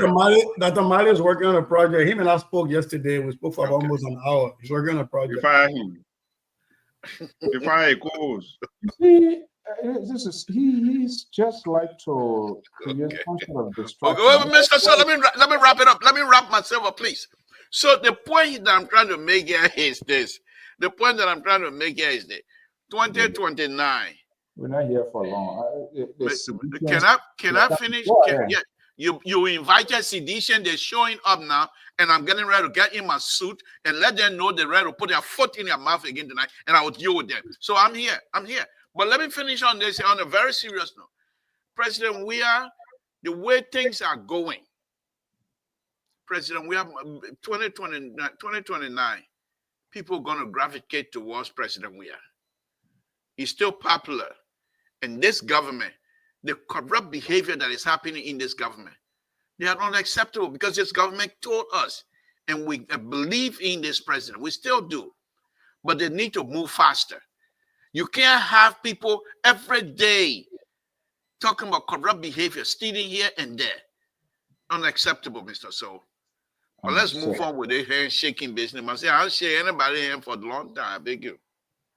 Move on. So your bro is so other information. Yeah, Mr. Backer. See, the handshaking is important. Why make it important? You know, who's now? Why make it important? Look at Bill Clinton, Yasser Arafat, and Rabbi Bazin of Israel when he took them to Camp David. When he took them to Camp David to shake hands. So it's important in politics. That is genesis for politics. And that show, even during the old days where people had signed contract, they didn't sign contract, it was confident when you shake the person's hand, I mean, you show genuineness of that individual. At that time, there was no law to say it was sign contract or lease or something. That was your trust when you shake that person's hand. So I just want to make it clear. The people who shake hands. Yeah, and I quite agree with you, Mr. Bacon. You know, after the whole thing came, I try to look at something. The psychological component is also there. That is very, very key. It's something that Ray put it down. Said, that's very, very crucial for that. And that handshake is a sign of solidarity. It can be the good time. It can be a bad time. That missing link, but we don't know how much it's going to do. Let me bring in Walton Kettle, and Everett's going to come in. Kettle, these guys been having their fun time, and all they've been doing here, Slammy, Sissy started a Jerry back on, pick it up. Terry came and flipped the entire board around. You heard a label that he's making threats. Let it come, I will deal with them. This is that's what they do here because they don't want other people to talk. But if you listen to these sort of extreme voices coming from these gentlemen, with these mixed political ideologies, half Liberty Party, North South Unity Party, breakaway faction Liberty Party, LPP remnant. 1.4%, 1.4% LPP. Call the number. 0.5% LPP, another Reverend Bishop. He doesn't have a party, but he does support pressing. Train sedition turned Unity Party partisan. This is ridiculous to have these guys here, and they keep doing this. Yeah, so you know, I would just like to say hi to my esteemed colleagues here. Unfortunately, you know, they are on the other side and they're quick to knee jerk. And the reaction would tell you that they're afraid of President Weah, his comeback 2029. So every little thing, they look for a way to muddy the water. And they can muddy the water because that's a clear water. It's clean. So if you go back to the video, speaking of the handshake, if you go back to the video, you will see President Weah is putting his hand on his chest and bow his head down to the vice president. The vice president did the same. He performed the same gesture to President Weah. He hand going on his chest and bow down. If you watch President Weah over the years, there are certain people he will do the same. He will put his hand on the chest and bow his head down. And it's a form of greeting people. So it doesn't necessarily have to be shaking hands to say, oh, I'm greeting you. Or, people, even somebody was saying today that people bend their back for people to touch their back. There was a guy, literally, he said on Spoon today, he said when he go to speak to Sese or what his name, boss man, Sansan Kawa. When he goes speak to Sese boss man, Sansan Kawa, Sansan Kawa shaking hand, he'll bend his back and Sansan Kawa lay hand on his back. It's a form of respect. So I don't think this thing was a big issue that President Weah didn't shake the vice president hand. He didn't shake what the guy named Koga hand. And so look, let me tell you something here. Look at what is happening in Nima County. It never came from sedition. It came from Nibadian themselves, from the MDR party, that looking at the vice president with a left eye, that this man is part of the demise of the former senator. That look at even the president. They are saying the president did not speak to the man for over 7 months, or maybe 5 to 7 months. All right? This man, President Weah, confirmed on, I think what, yesterday, that before the senator passed, the senator reached out to him. They had a scheduled meeting for Saturday. And it was unfortunate that they didn't get the meeting done. He passed away. Who knows what that meeting was going to be about? Hold on one second. I didn't hear. You said what? The president made that pronouncement? Yes. Yes, at Senator Prince Johnson's house. Is it verifiable that he showed us the proof? I was not like that question. They may show all the proof that he set up that meeting. Yes, I will send the clip to you. I answered the clip. I said the president showed it that they had a meeting scheduled. Now the president brought that clip. The president said. Let me point quickly. So the president said they asked the president question. The president said, he said, "Look, this man was a friend.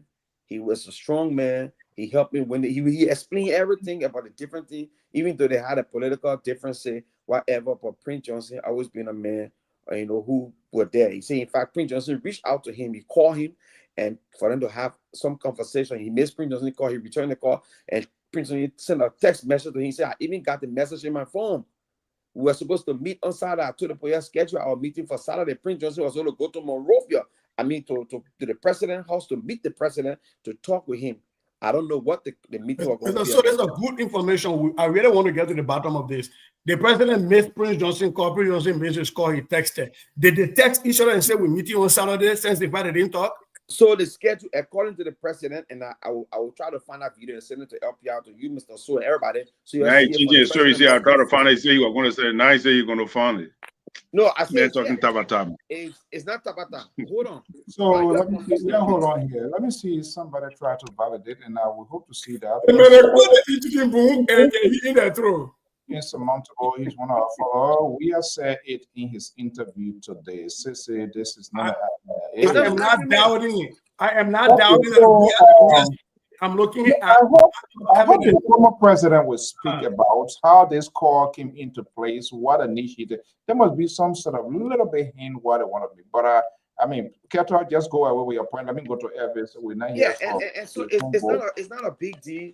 Prince Johnson had been a man when he was alive, and if he's not getting his way, he will navigate different corridors to make sure that things work for his people, his constituents, and all that. So apparently, you were reaching out to the president. It couldn't. I would not sit there and say maybe to mend fences with him. No, maybe it could be something else. I can't dig into because it never happened. But he did reach out to the president. And look, let me tell you something here. Let us look at what will happen after. Let's look at what will happen this by-election to Prince Johnson's seat. Let's see what will happen.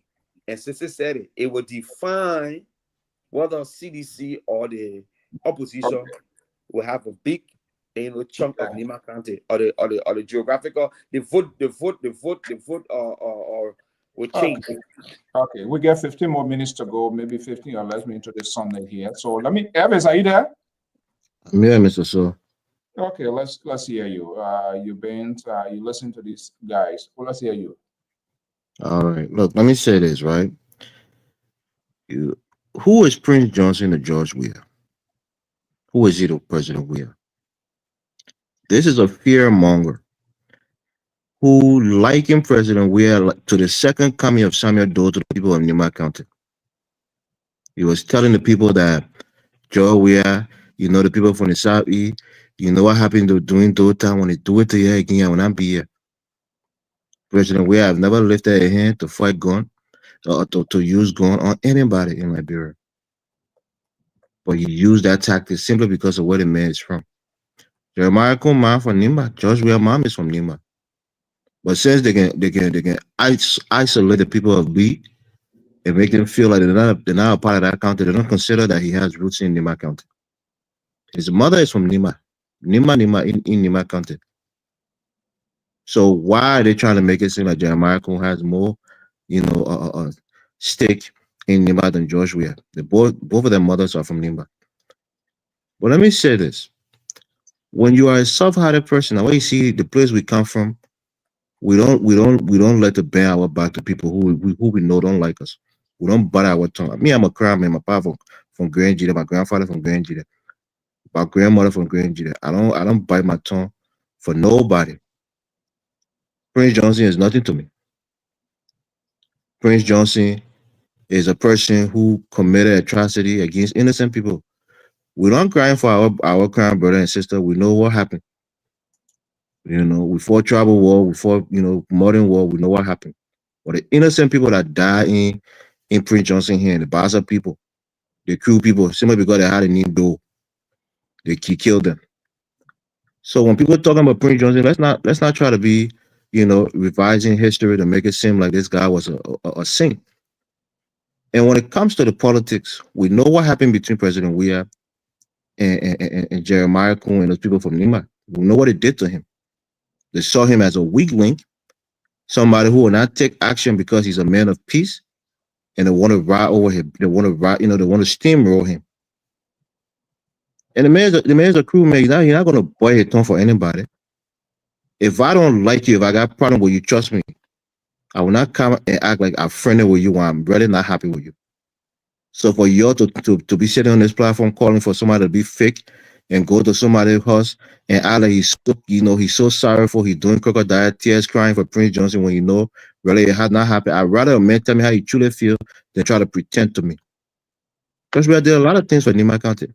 He gave Prince Johnson a lot of leeway. That university that he built in George, we had bent over backwards to try to help him put funds in the budget. People even criticize him. And what happened? They betray him. What was the fall apart? Prince Johnson was asking for millions of dollars because he said the people in Nima was all that money. President Weah must give it to him in order for him to support him. He was broad day blackmailing the president for political support. And you guys are telling me President Weah is supposed to go there and kowtow to a person like Prince Johnson simply because he died finally. So please, I listen to you guys. That's why I really wanted to come on, because these are men of integrity, people like Sister Goya, who are educated people like Mr. Toole, and people who we respect on the panel, talking things as if they're not using their analytical minds to analyze the situation. President Weah, I would tell if I was him, my one advice I would give him is to grow some spine.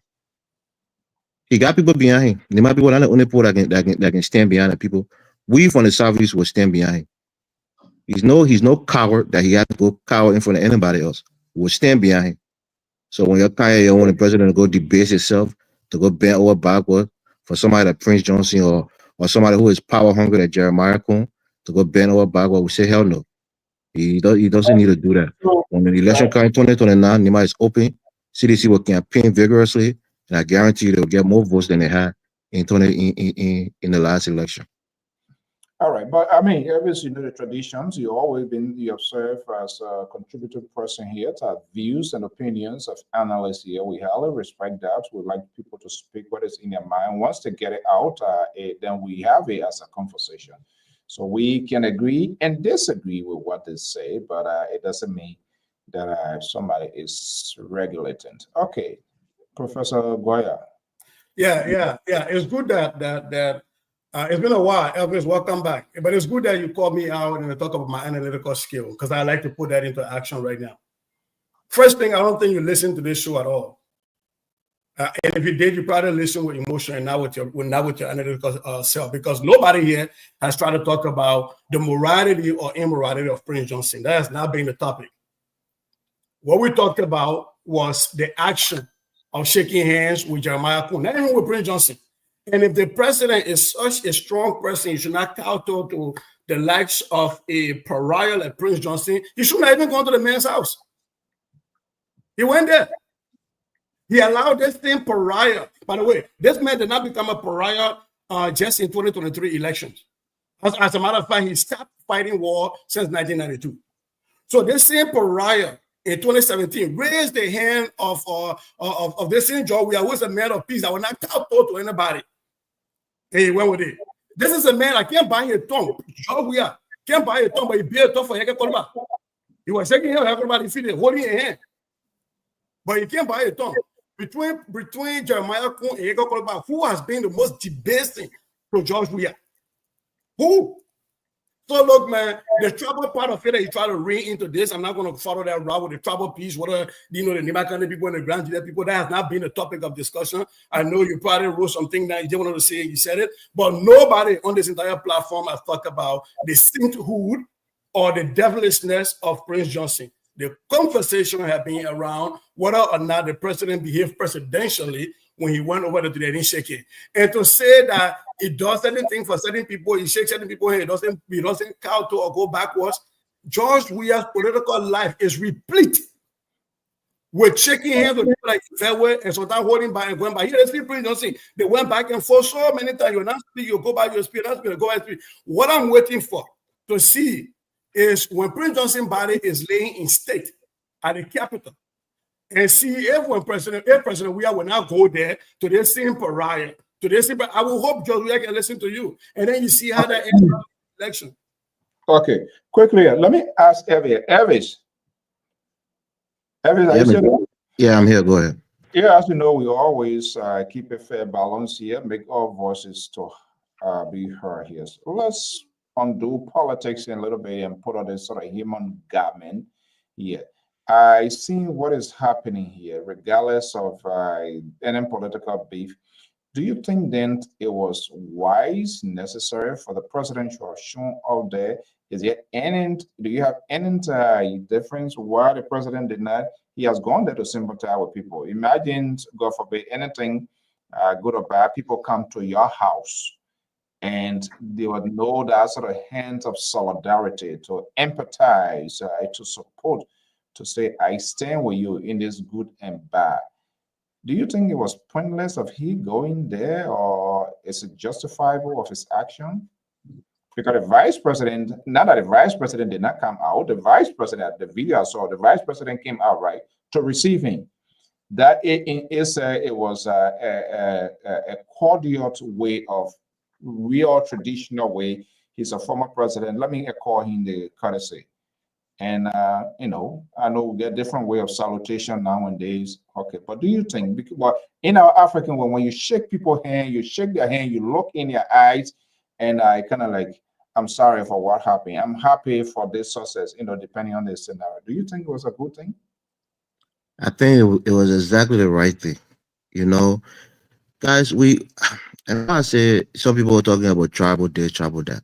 It's fine with me. Me, if you call me a tribal biggest, I will agree. I don't even mind it. But what I'm telling you is, George Weah, who had been a friend to the people of Nima County, Prince Johnson, turned to the people of Nima and likened George Weah to Samuel Doe and said he was the second coming of Samuel Doe. But he has never lifted his finger against the people of Nima County. Never. There was another situation where the Minister of Defense, or the Chief of Staff at the time, Prince Johnson, right after the election, was praising him that he didn't obey President Weah's order. He's a true son of Nima County. They made it a tribal thing during the election. So when Sese tried to tell me that I'm putting tribal inside it, or tribalism, I don't listen to all of those things. President Weah is not happy with Prince Johnson. They betray him. They play him for a fool. They undermine him after they had a gentleman agreement. He's not supposed to go over there and try to use it to placate for political goodwill from the people of Nima. If the election comes 2029, they hold it against him. Let it hold it against him. But be a man. Stay on your square. So nobody should tell me that the president is supposed to go there and fake wet tea simply because he's looking for a vote in 2029. Y'all won't threaten him with vote. Threaten him with vote. Let's see what will happen in 2029 if he decides to run. But nobody here is going to tell you, say, we are supposed to go be anybody whipping boy because he's looking for a vote in 2029. He was a sitting president. He's a war best, he's a war-renowned international figure. He's not going to go count out the warlord because they died today. Come on, man. All right. So, Brother Soul. You're going to be in the closing. You're going to do your closing now. Just make sure you condense everything into 1 minute. Today is Sunday. We got to go. So, one of the things that you can add into your meaning, to your talking point here now, we just say there. Any other tabata you want to insight into your closing argument, that's fine. So why are we closing this earlier? We still got an hour and a half to go. Do not disrupt the program. When we were on, you were eating turkey. Sister should be the one to be complaining. When we were on, I saw you were still eating your Thanksgiving turkey. Okay, so we're not going to stay here tomorrow. We still gotta be here. But let me ask you guys, gentlemen. Now, it's important how vital this whole process should Jeremiah Cohn take a decisive decision on the slot of the late Senator Prince Johnson by coming out publicly to endorse and say, this is my pick. How important is that? Or should he say like an elder and wait and see people to tussle over Prince Johnson, late Senator Prince Johnson, he doesn't hold back. Anybody he supports, no matter what people think, he's very vocal, very vehement in his action. Who wants to go first? And then we can do it 1 minute each. Let me go first. Let me go first. Can I go first? Yeah. So I would just like to my brother Evie said something, right? So this whole visitation, it was not about president. Visitation has nothing to do with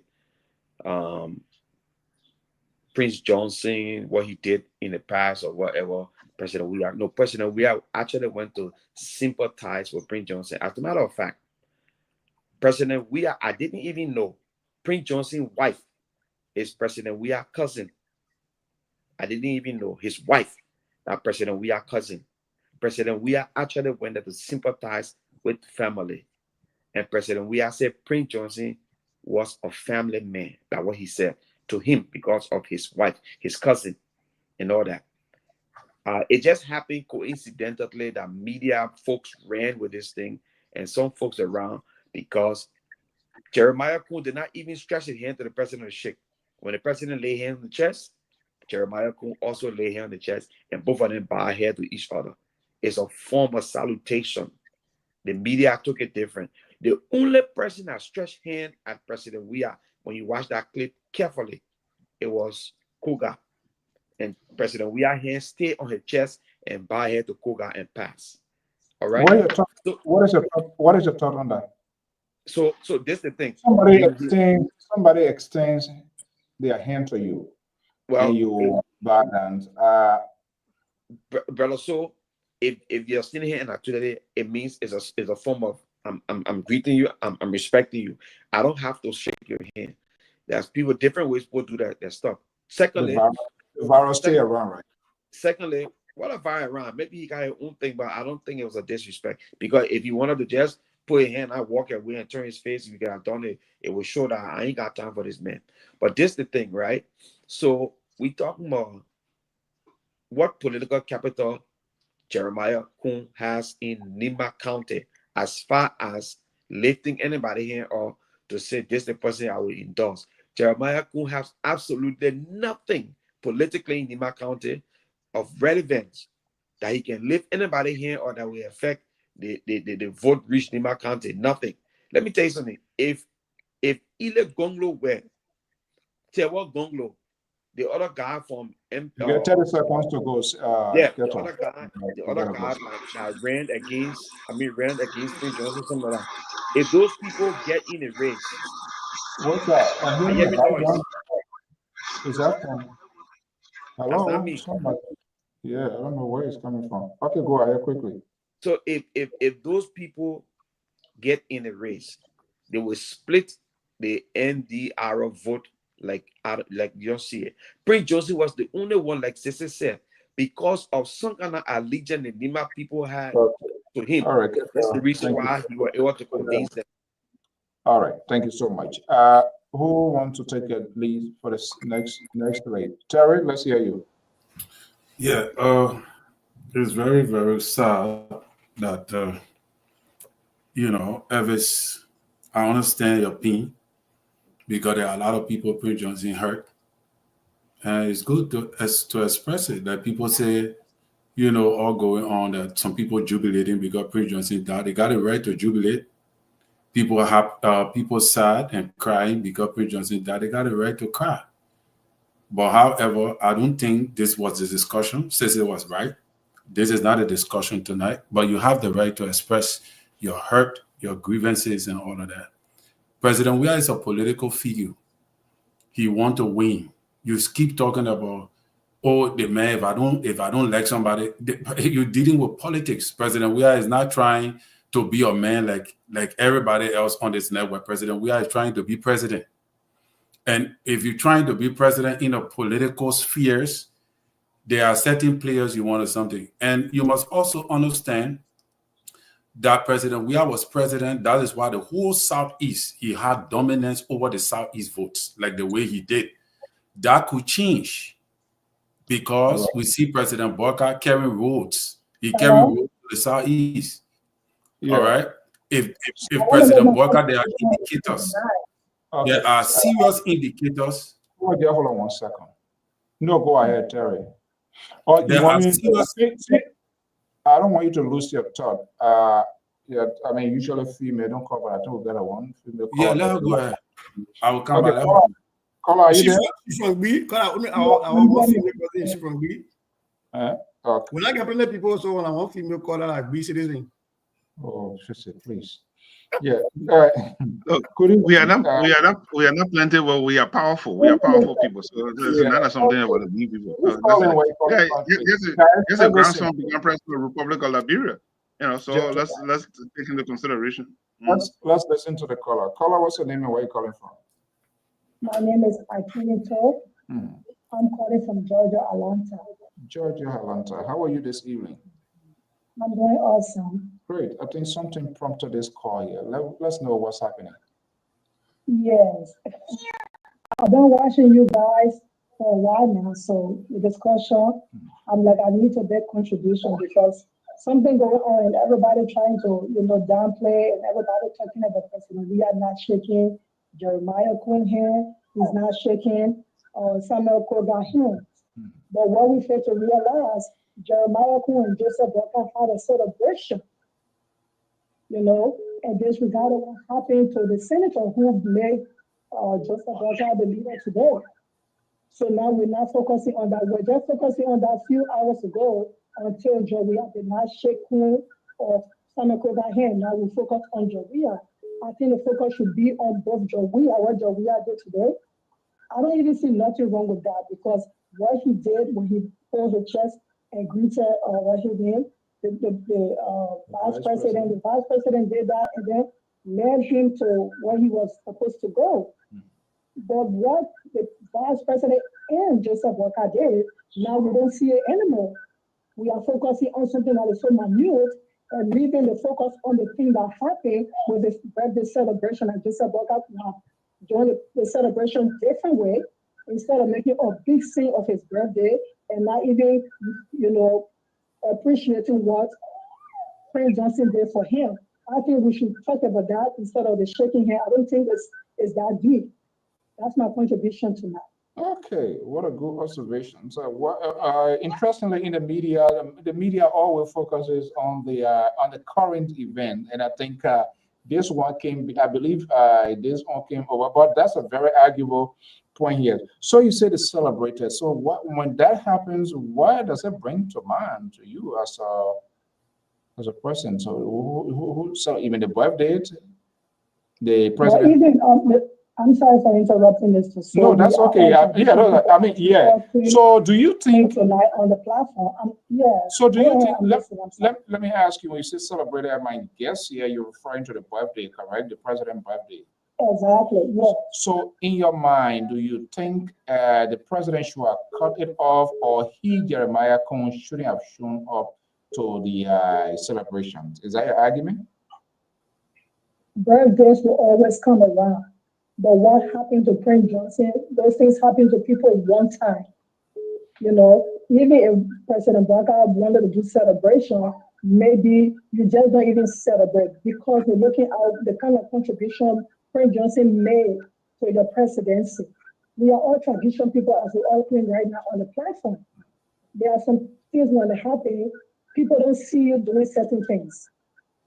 You know, so the reason why people start to talk about it because it was something awkward, something very, you know, it don't make, I don't want to say it don't make sense, but it kind of rub people the wrong way for someone who went in the trenches for you to bring you to where you are. Okay. And then the only thing you can do when you visited the lady, within 24 hours, there was a head of a birthday celebration and all of that. People are still mourning. And as tradition people, we don't do stuff like that. Okay. Wow, what a good observation. Thank you so much. And that's why we like people's voices to be heard here, no matter you don't even have to worry whether it pleases me or any of the guys. We always allow people to speak.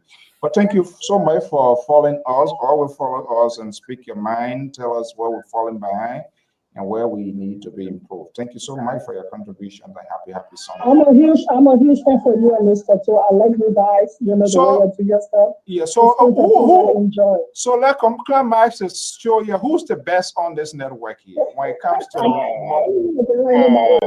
you must declare her asset before she vote. You must declare her asset before she vote. I would say LCC to her. You see some of the poor guy here. No, let's be honest here. When you put toe and so aside, who you? Let's be honest. The man, he doesn't know you. You see, the opportunity I'm giving you here, he will never allow you this liberal. That's true. Him is always Chinese food. They put another word in. Yeah, Chinese. Okay, the man with the Chinese food. You know what? So you always battle the discussion. There you go. I am the man for it. Everybody know the paper with Chinese food. When other people now for a party call, then you get Chinese food. My phone they want to be celebrity. All right, thank you so much. I appreciate your calling. You see, I told you about your Chinese food. Somebody called me from library. He said, Papa. He said, I told man, I swear to God, when the man called library, you must say, I'm joking to be. I told him. You need to stop that your Chinese phone. I thought that the EBC phone you using or your own cell phone. that you if I gonna get in our phone so you keep cutting people off. Okay, madam, thank you so much. We really appreciate your time with us here. Okay, guys, I know lots going on. So yeah, our in-flight, I didn't let the flight take down to So two things quickly. One of the things that where airline is it? Because there's no airline, bro, anymore. Atlanta, Georgia just promoted me here. I'm the best. Don't spoil my night here, please. Don't interrupt. Terry, go ahead. So these are the things that made President we didn't win the election. Keto and Hitman, everything. They kind of tabata they'll be talking. For them to help the president, they support everything he does wrong. And that is why when they lose election, then they still come back. That's why I told you, I said CDC do not have strategies. Everybody saw the video. Kun reached a hand out to shake the man's hand. Keto is saying that Kun did not shake the man's hand. I said in the chat room. They live in a world of illusion and make this man to be like a god. That whatsoever he does is right. And I tell you, we'll be on the network again 2029 to show y'all how y'all lose the election. And then y'all will be jumping all over the place. Oh yeah, President, the people cheated him. The people cheated him. Another thing is that, you understand, eh? You in a political season. You cannot be found doing this kind of thing. All right, you're talking about, oh, we in the Southeast will vote. So you have already traditionalized President we are publicly. So if you are public, if you are a public annual relation officer to CDC, you are already messing up already right on the network to tell the world that Southeast, you know, we in the Southeast will vote for president. We are the team president. We are there. It was right. What kind of message you sending to the people from Nima County? You see the kind of thing you ought to do? That would make President we are lose the elections. These kind of POR then, you're not supposed to be doing it. A tabata is not good for political season. Then you're talking about Gonglo Wude that sedition. What or that woman from what her name Tewan Gonglo sister. Is she a sedition? Because she aligned with a party that make her to be a sedition? Who told you that you can win her over to join you now to go use her to be your sonny? So okay. you guys are out of strategy. You need to go back in your room and plan well and come back. Because if you want to be a politician to succeed in Liberia political landscape, you can't be showing prejudice in the midst of this kind of a major death crisis, you know, and all of that. Thank you very much. So the man from Wiyandoro, let's hear you. Elvis, are you there? You want to speak? Go ahead before I bring in my three have learners here and see. Yeah, I can go ahead. Look, Terry, are you saying something, Mr. So? Yeah, go ahead. We're listening. All right, Terry, I like what you just said, and I will just turn it back to you. So the people in the Southeast should care about the people feeling in Nima country, but the people in Nima country should disrespect the man from the Southeast, and we stand behind and say, yeah, that's true. We're not inferior to anybody. You can have 1 million people in Nima country. You will show our own elders. You will show them respect. If you don't show them respect, we'll show you that same disrespect back. So what were the Nobody is a coward here to tell you. No. Please let me finish my statement, my man. Nobody is a coward here. You're from the Southeast, and no longer will we stay on this platform and accept it. Now the same nonsense people used to talk during President we had, they're bringing people from the South. You saw what President said about the people from the Southeast? They ain't get no development there. They ain't get no big thought building. You are disparaging the people from the Southeast, and we should tell that and say, oh yeah, because 2029 coming, we will bend down to Prince Johnson because we are meant to win election. If you disrespect us, we'll disrespect you 2 times. We don't got time for that nonsense. George Weah went there and he did what he did because he felt a certain way. Let the people in Nima know the president is not happy how the people treated him. Let them know that. We're not. If George Weah never win president again, he will be fine. He will be just fine. But he will be a man, and we'll stand behind and we'll tell you, say, you still strong, you still like a man. We don't bow down to nobody. Okay. So Terry, you want him to placate for political relevance? We say no to him. Stand on your ground. Be a principled man. Thank you. Okay. All right. Thank you so much. Let's hear from Mr. Bacon. Bacon, Jerry? Yeah. You know, Evan, you're nothing but a coward. You know? Yeah. You're nothing but a coward. You know what happened to coward? Coward died many times before their death. If you're man enough, if you're man enough, you should have not gone there. You got principle. That's why you still call principle. You know what? I'm not going to go there. That's the principle man. Man with principle mind. You go there and say, you know what? I'm not going to go there because of AYC. You stand there. But don't be a coward. When you go there, you don't want to shake people's hand. Who do you think you are? Are you former president? Oh. That's the people you lead. He's your cousin. Oh, that's my cousin. I know that. That's our family. We'll talk about it. I'm not treating you as a cousin right now. I'm treating you as a former president. I'm not treating you as a cousin. I'm treating you as a former president. So let's get it straight. That's what we got our political differences. You're my cousin, but we got our political differences. So that's one of the things. But here's the thing.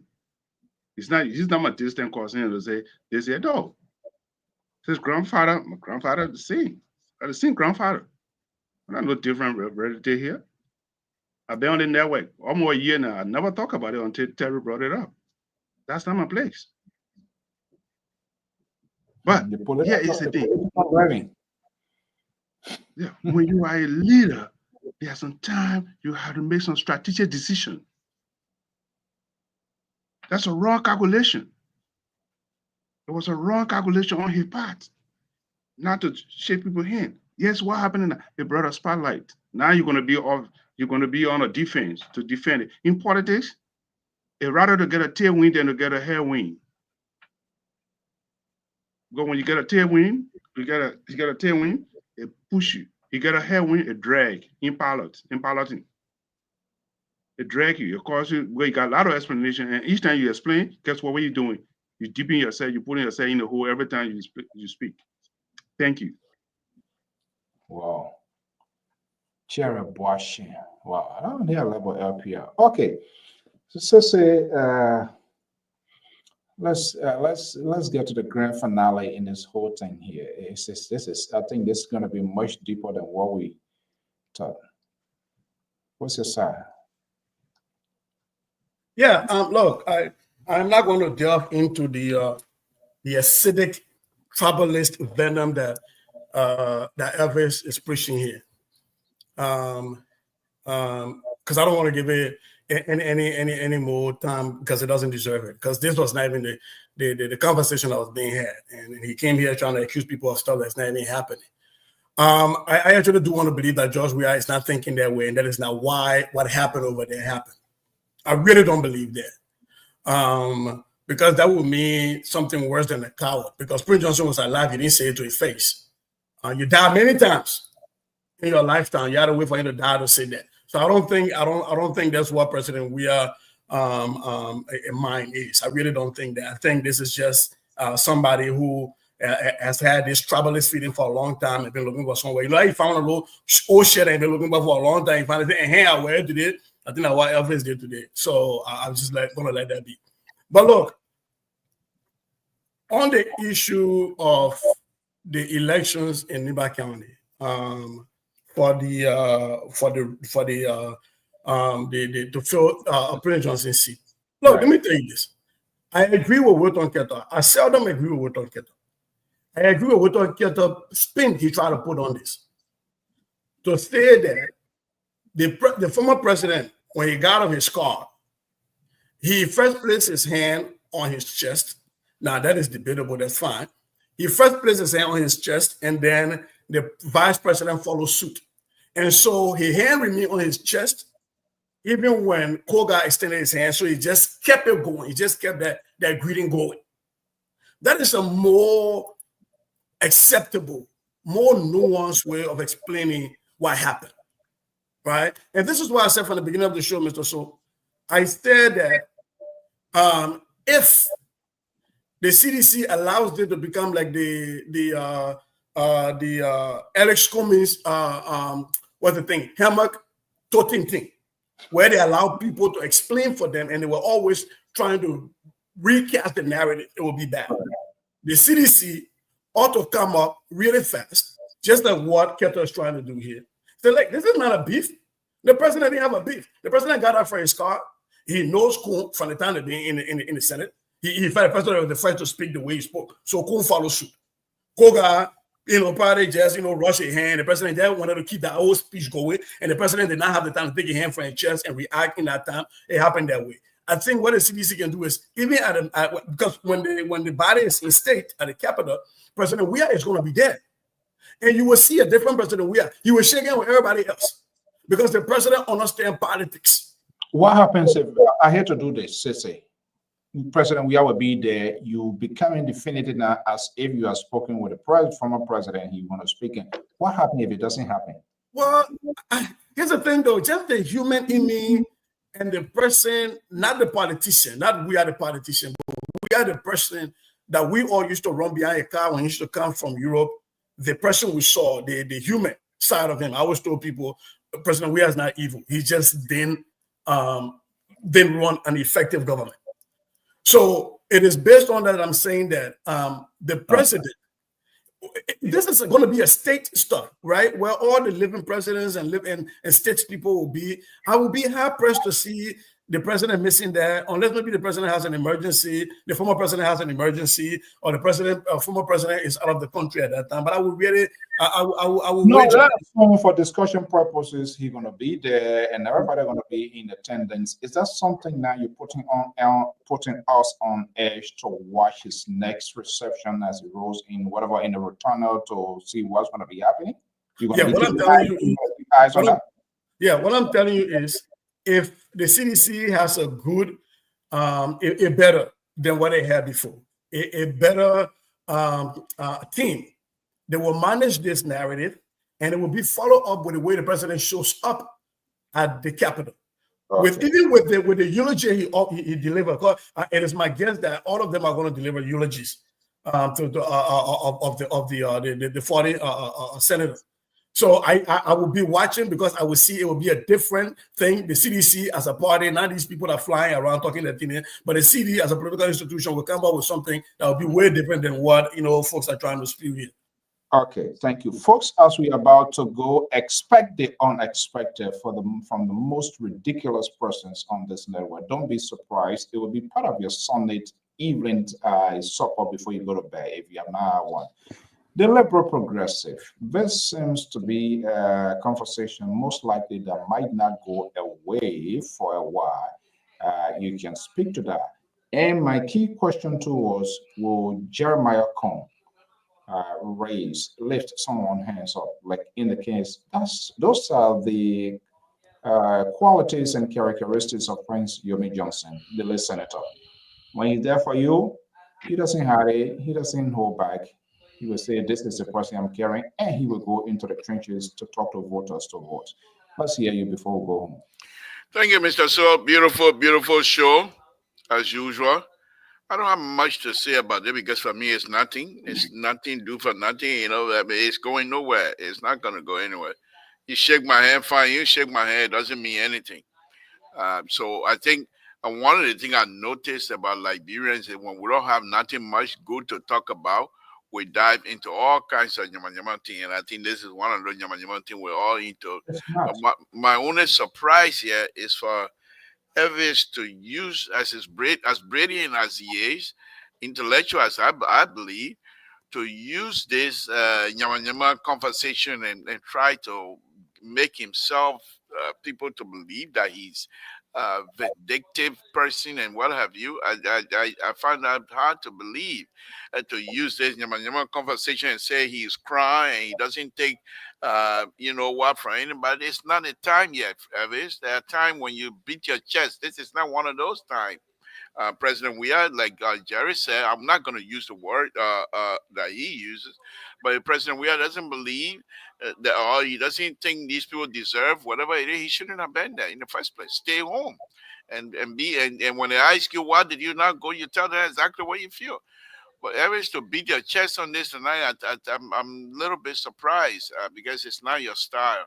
So I will hope, on a very serious note, Elvis, that these kinds of conversations, because you're young and you have been engaging in Liberian politics, and you will be one of the few intellectual Liberians around this area that hopefully will be participating in Liberian conversation, and to put yourself at that status of being someone who stand for the good and what have you, and then turn out to say, yes, I stand for the good, but not for your good. I want to stand for the Crown people good or the Southeastern good. That is unacceptable.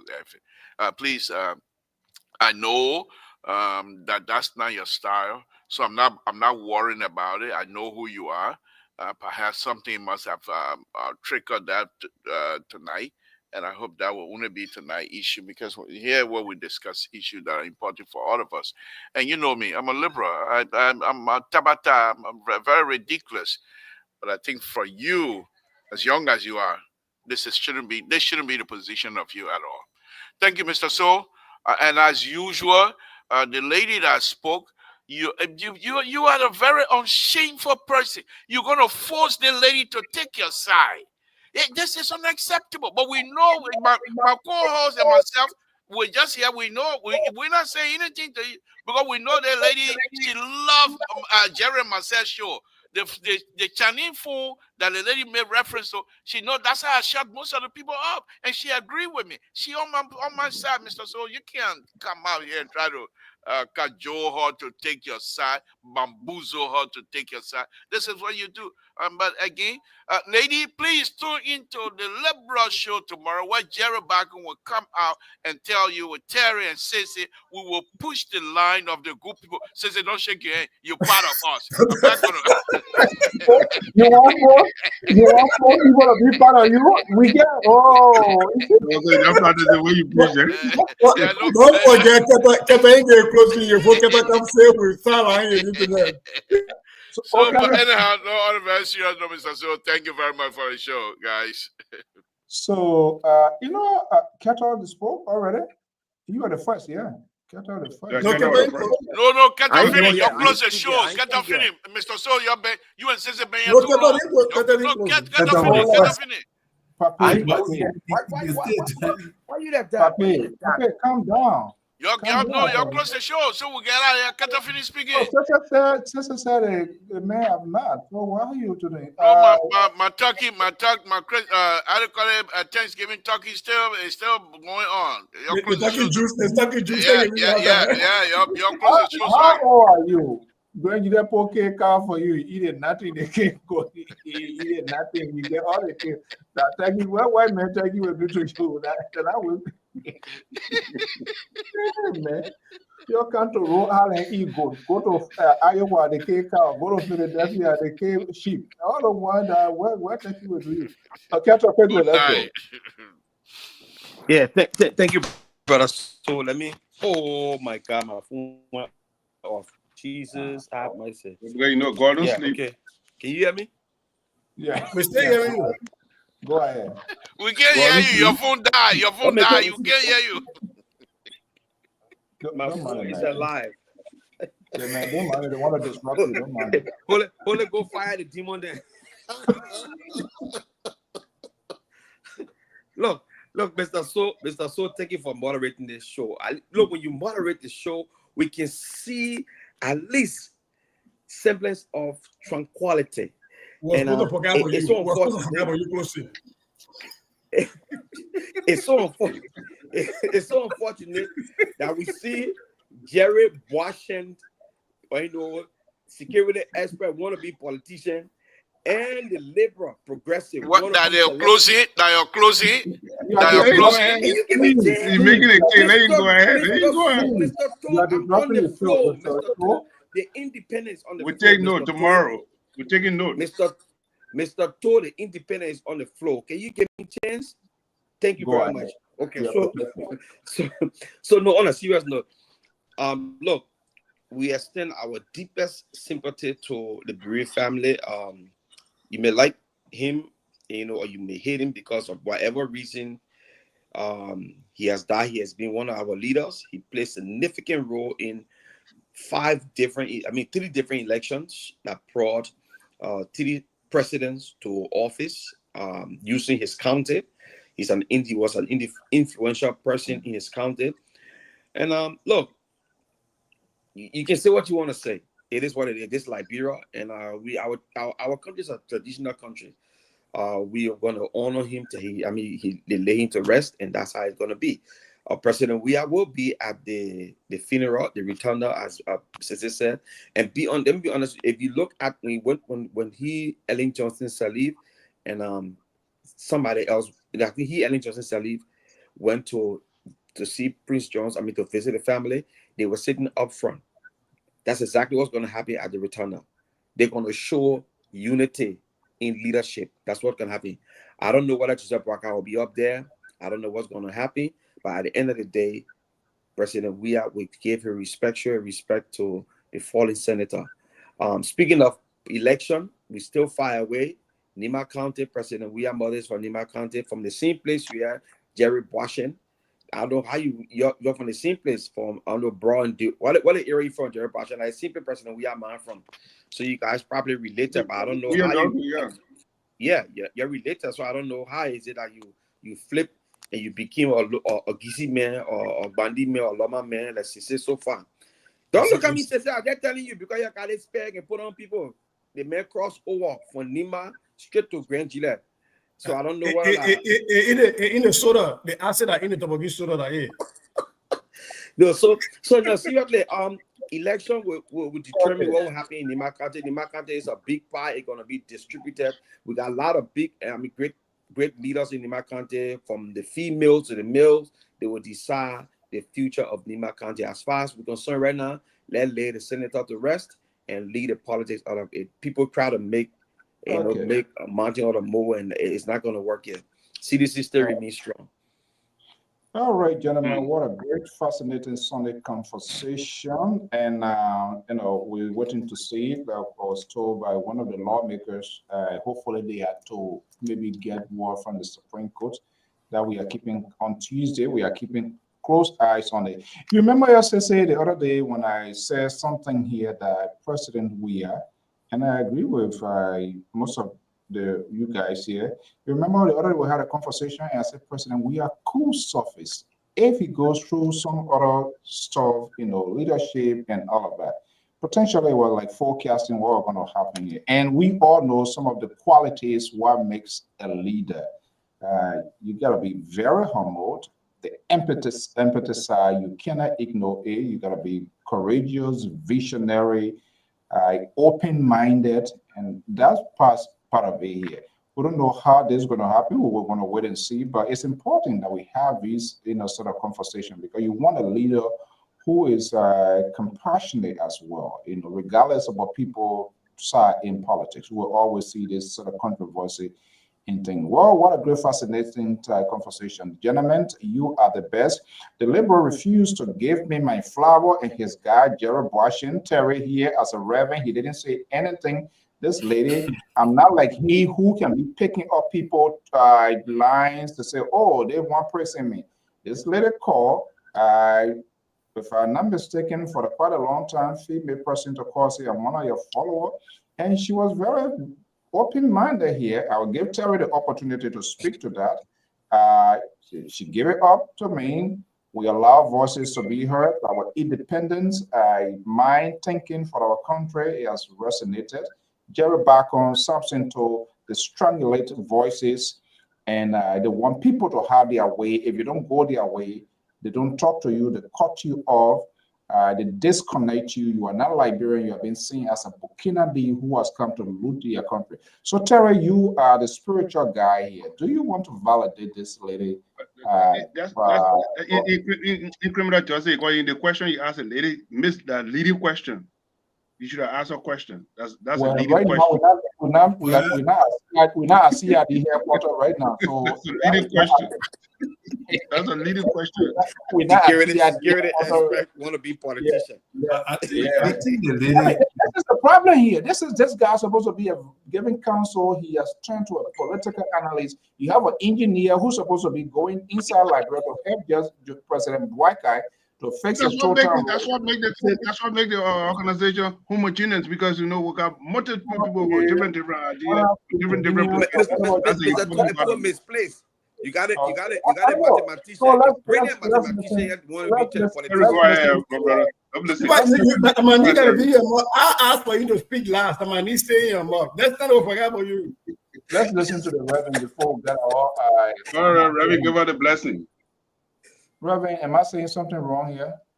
Well, you are not, but the thing is, the lady, the women then they follow the show. You see, when Reverend Redo do that means the scripture, they are missing quote now. You're trying to find. You're striking your so I don't have no scripture to attach to, all those things. What I want to say is that the lady awarded you tonight for being the best, and based upon that, do you agree with her? Like I told you before, there are certain characteristics in both of I'm looking for a yes or no. Do you agree? Well, it's not a yes or no question. You don't want to reject the liberal. That's why you. Okay, let me move the liberal and the spices the both of you guys bring to the show, that will make NPR running. Your two have different type of spots. Terry, tell the man say in data science, the way you ask the question determine whether the information you get is accurate. Like Mr. Barton said, he asked a leading question, it was biased. The answer that came out was biased, therefore we throw it away. We will do it over. Thank you. But tonight, to be honest, tonight the lady gave it to you. Tonight, you won the night. What you say? I just said what the lady said. You won the night because the lady gave it to you. You won the night. For now, you're in the lead until Labor can prove something otherwise. Within a week, somebody got to call on Labor show. The Labor will be here busy tomorrow. The Labor will be here busy tomorrow. All right. This is a clear indication we get a lot of work to do for our country. Terry, a man who looking for friends everywhere now. Go to Qatar. Man who preaching a church today. The Labor not asking as if he doesn't know what's going on. He and Jerry, I think Sissy is they pulling out, but they brought him back into the system again. They get an extra group chat on our group chat. When we on, they can be sending messages to one another. Gentlemen, we got a majority black. We got a majority black. What do you mean a majority?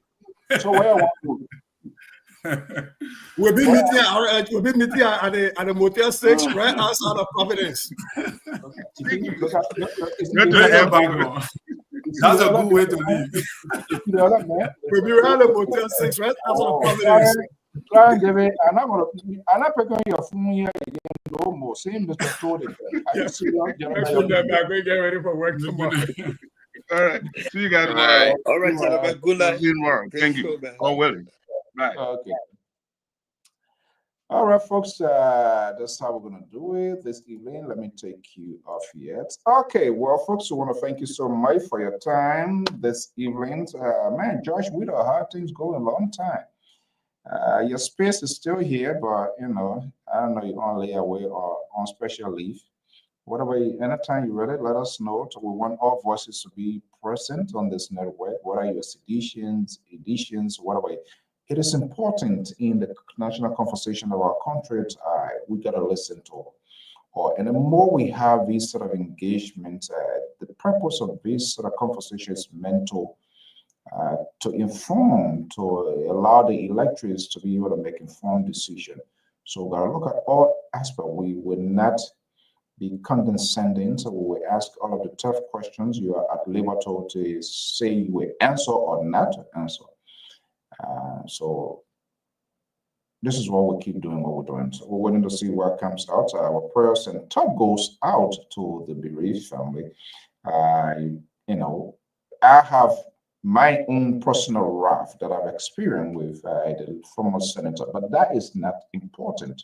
We are taking a holistic conversations about the political landscape, the vacuum that has been created by this man. Would this be with any political organization cut through this corridor to open Nima, or will we see another president? How will Jeremiah Combs, the vice president of the Republic of Liberia, will he be the next president? My prediction here, this is going to be a big political fight, and the challenge will be with him. Musa Hassan ability, I'm not sure, but I'm most likely taking a close eye here. And Samuel Koga, the controversial Koga with the so-called majority black, in my view, in my opinion, because I'm always for the rule of law, to allow the process to take place. People must be vindicated. They must be given the opportunity until they are proven wrong in their judgment or in their assertion. Until that happens, he's already positioned himself as the arrowhead with respect to what is going on in the lower house. That seems to sort of translate into what has happened now to the public. I listen to him keenly. And that language that I listened to from Samuel Koga, Representative Samuel Koga, what seems to be the one to really want to step in that gap, and coming from the demographic that he comes from. If the rest of the Namibians agree with him to say, okay, this is the guy that was there, he's our son, he's our father, He's one of us. We are from the same enclave in terms of the dialect or whatever they speak. So we will prefer to put someone from the same column as someone else. And that would be a trouble. We're waiting to see how that's going to happen. But like I said, CDC could have a better chance. But there are a lot of things taken into consideration here. They must be very strategic in their approach. They must be willing to put in resources. They just didn't prosecute their argument, their political argument, and for which they could have much cut into the just a boycott votes during the last election, because there was a lot of investment from George Weah administration to that of Nima County. But they were unable to interpret, to prosecute their own case effectively, because maybe lack of political tolerance or the willpower was in there. They were not more or less strategic in doing that. Would that happen? We don't know yet. We're waiting to see what happens, and we will keep this conversation going. Until then, we want to thank you so much for joining us this Sunday evening. Always your time, and if you want to be a contributor on this network, we always leave the window open. Let us know, male, female, young, as long as you are over the age of 18.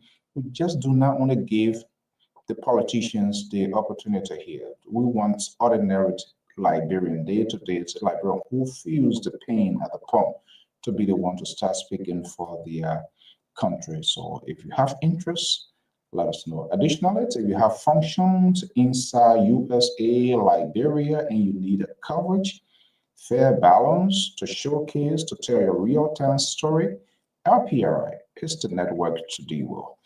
On that note, we want to thank you for being part of this program this evening. Join me this coming Saturday, part of our community initiative. See you there. The Sister Birth Carnival of Mr. Gray is expected to unfold right here in the ocean state of Rhode Island, and I will be there to bring you. Follow us this Saturday at 6 p.m. in a beautiful chandelier room at 17th Jefferson Street, Capitol Hill, in the city of Providence, Rhode Island. While Liberia Public Radio will be there to observe the Sister Birth Carnival of Mr. Jefferson Gray. Until then, I am your host, Angela Yangot, in today's edition, The Examiner, with Alfonso Zianso. Thank you so much, and have a pleasant evening. Bye-bye.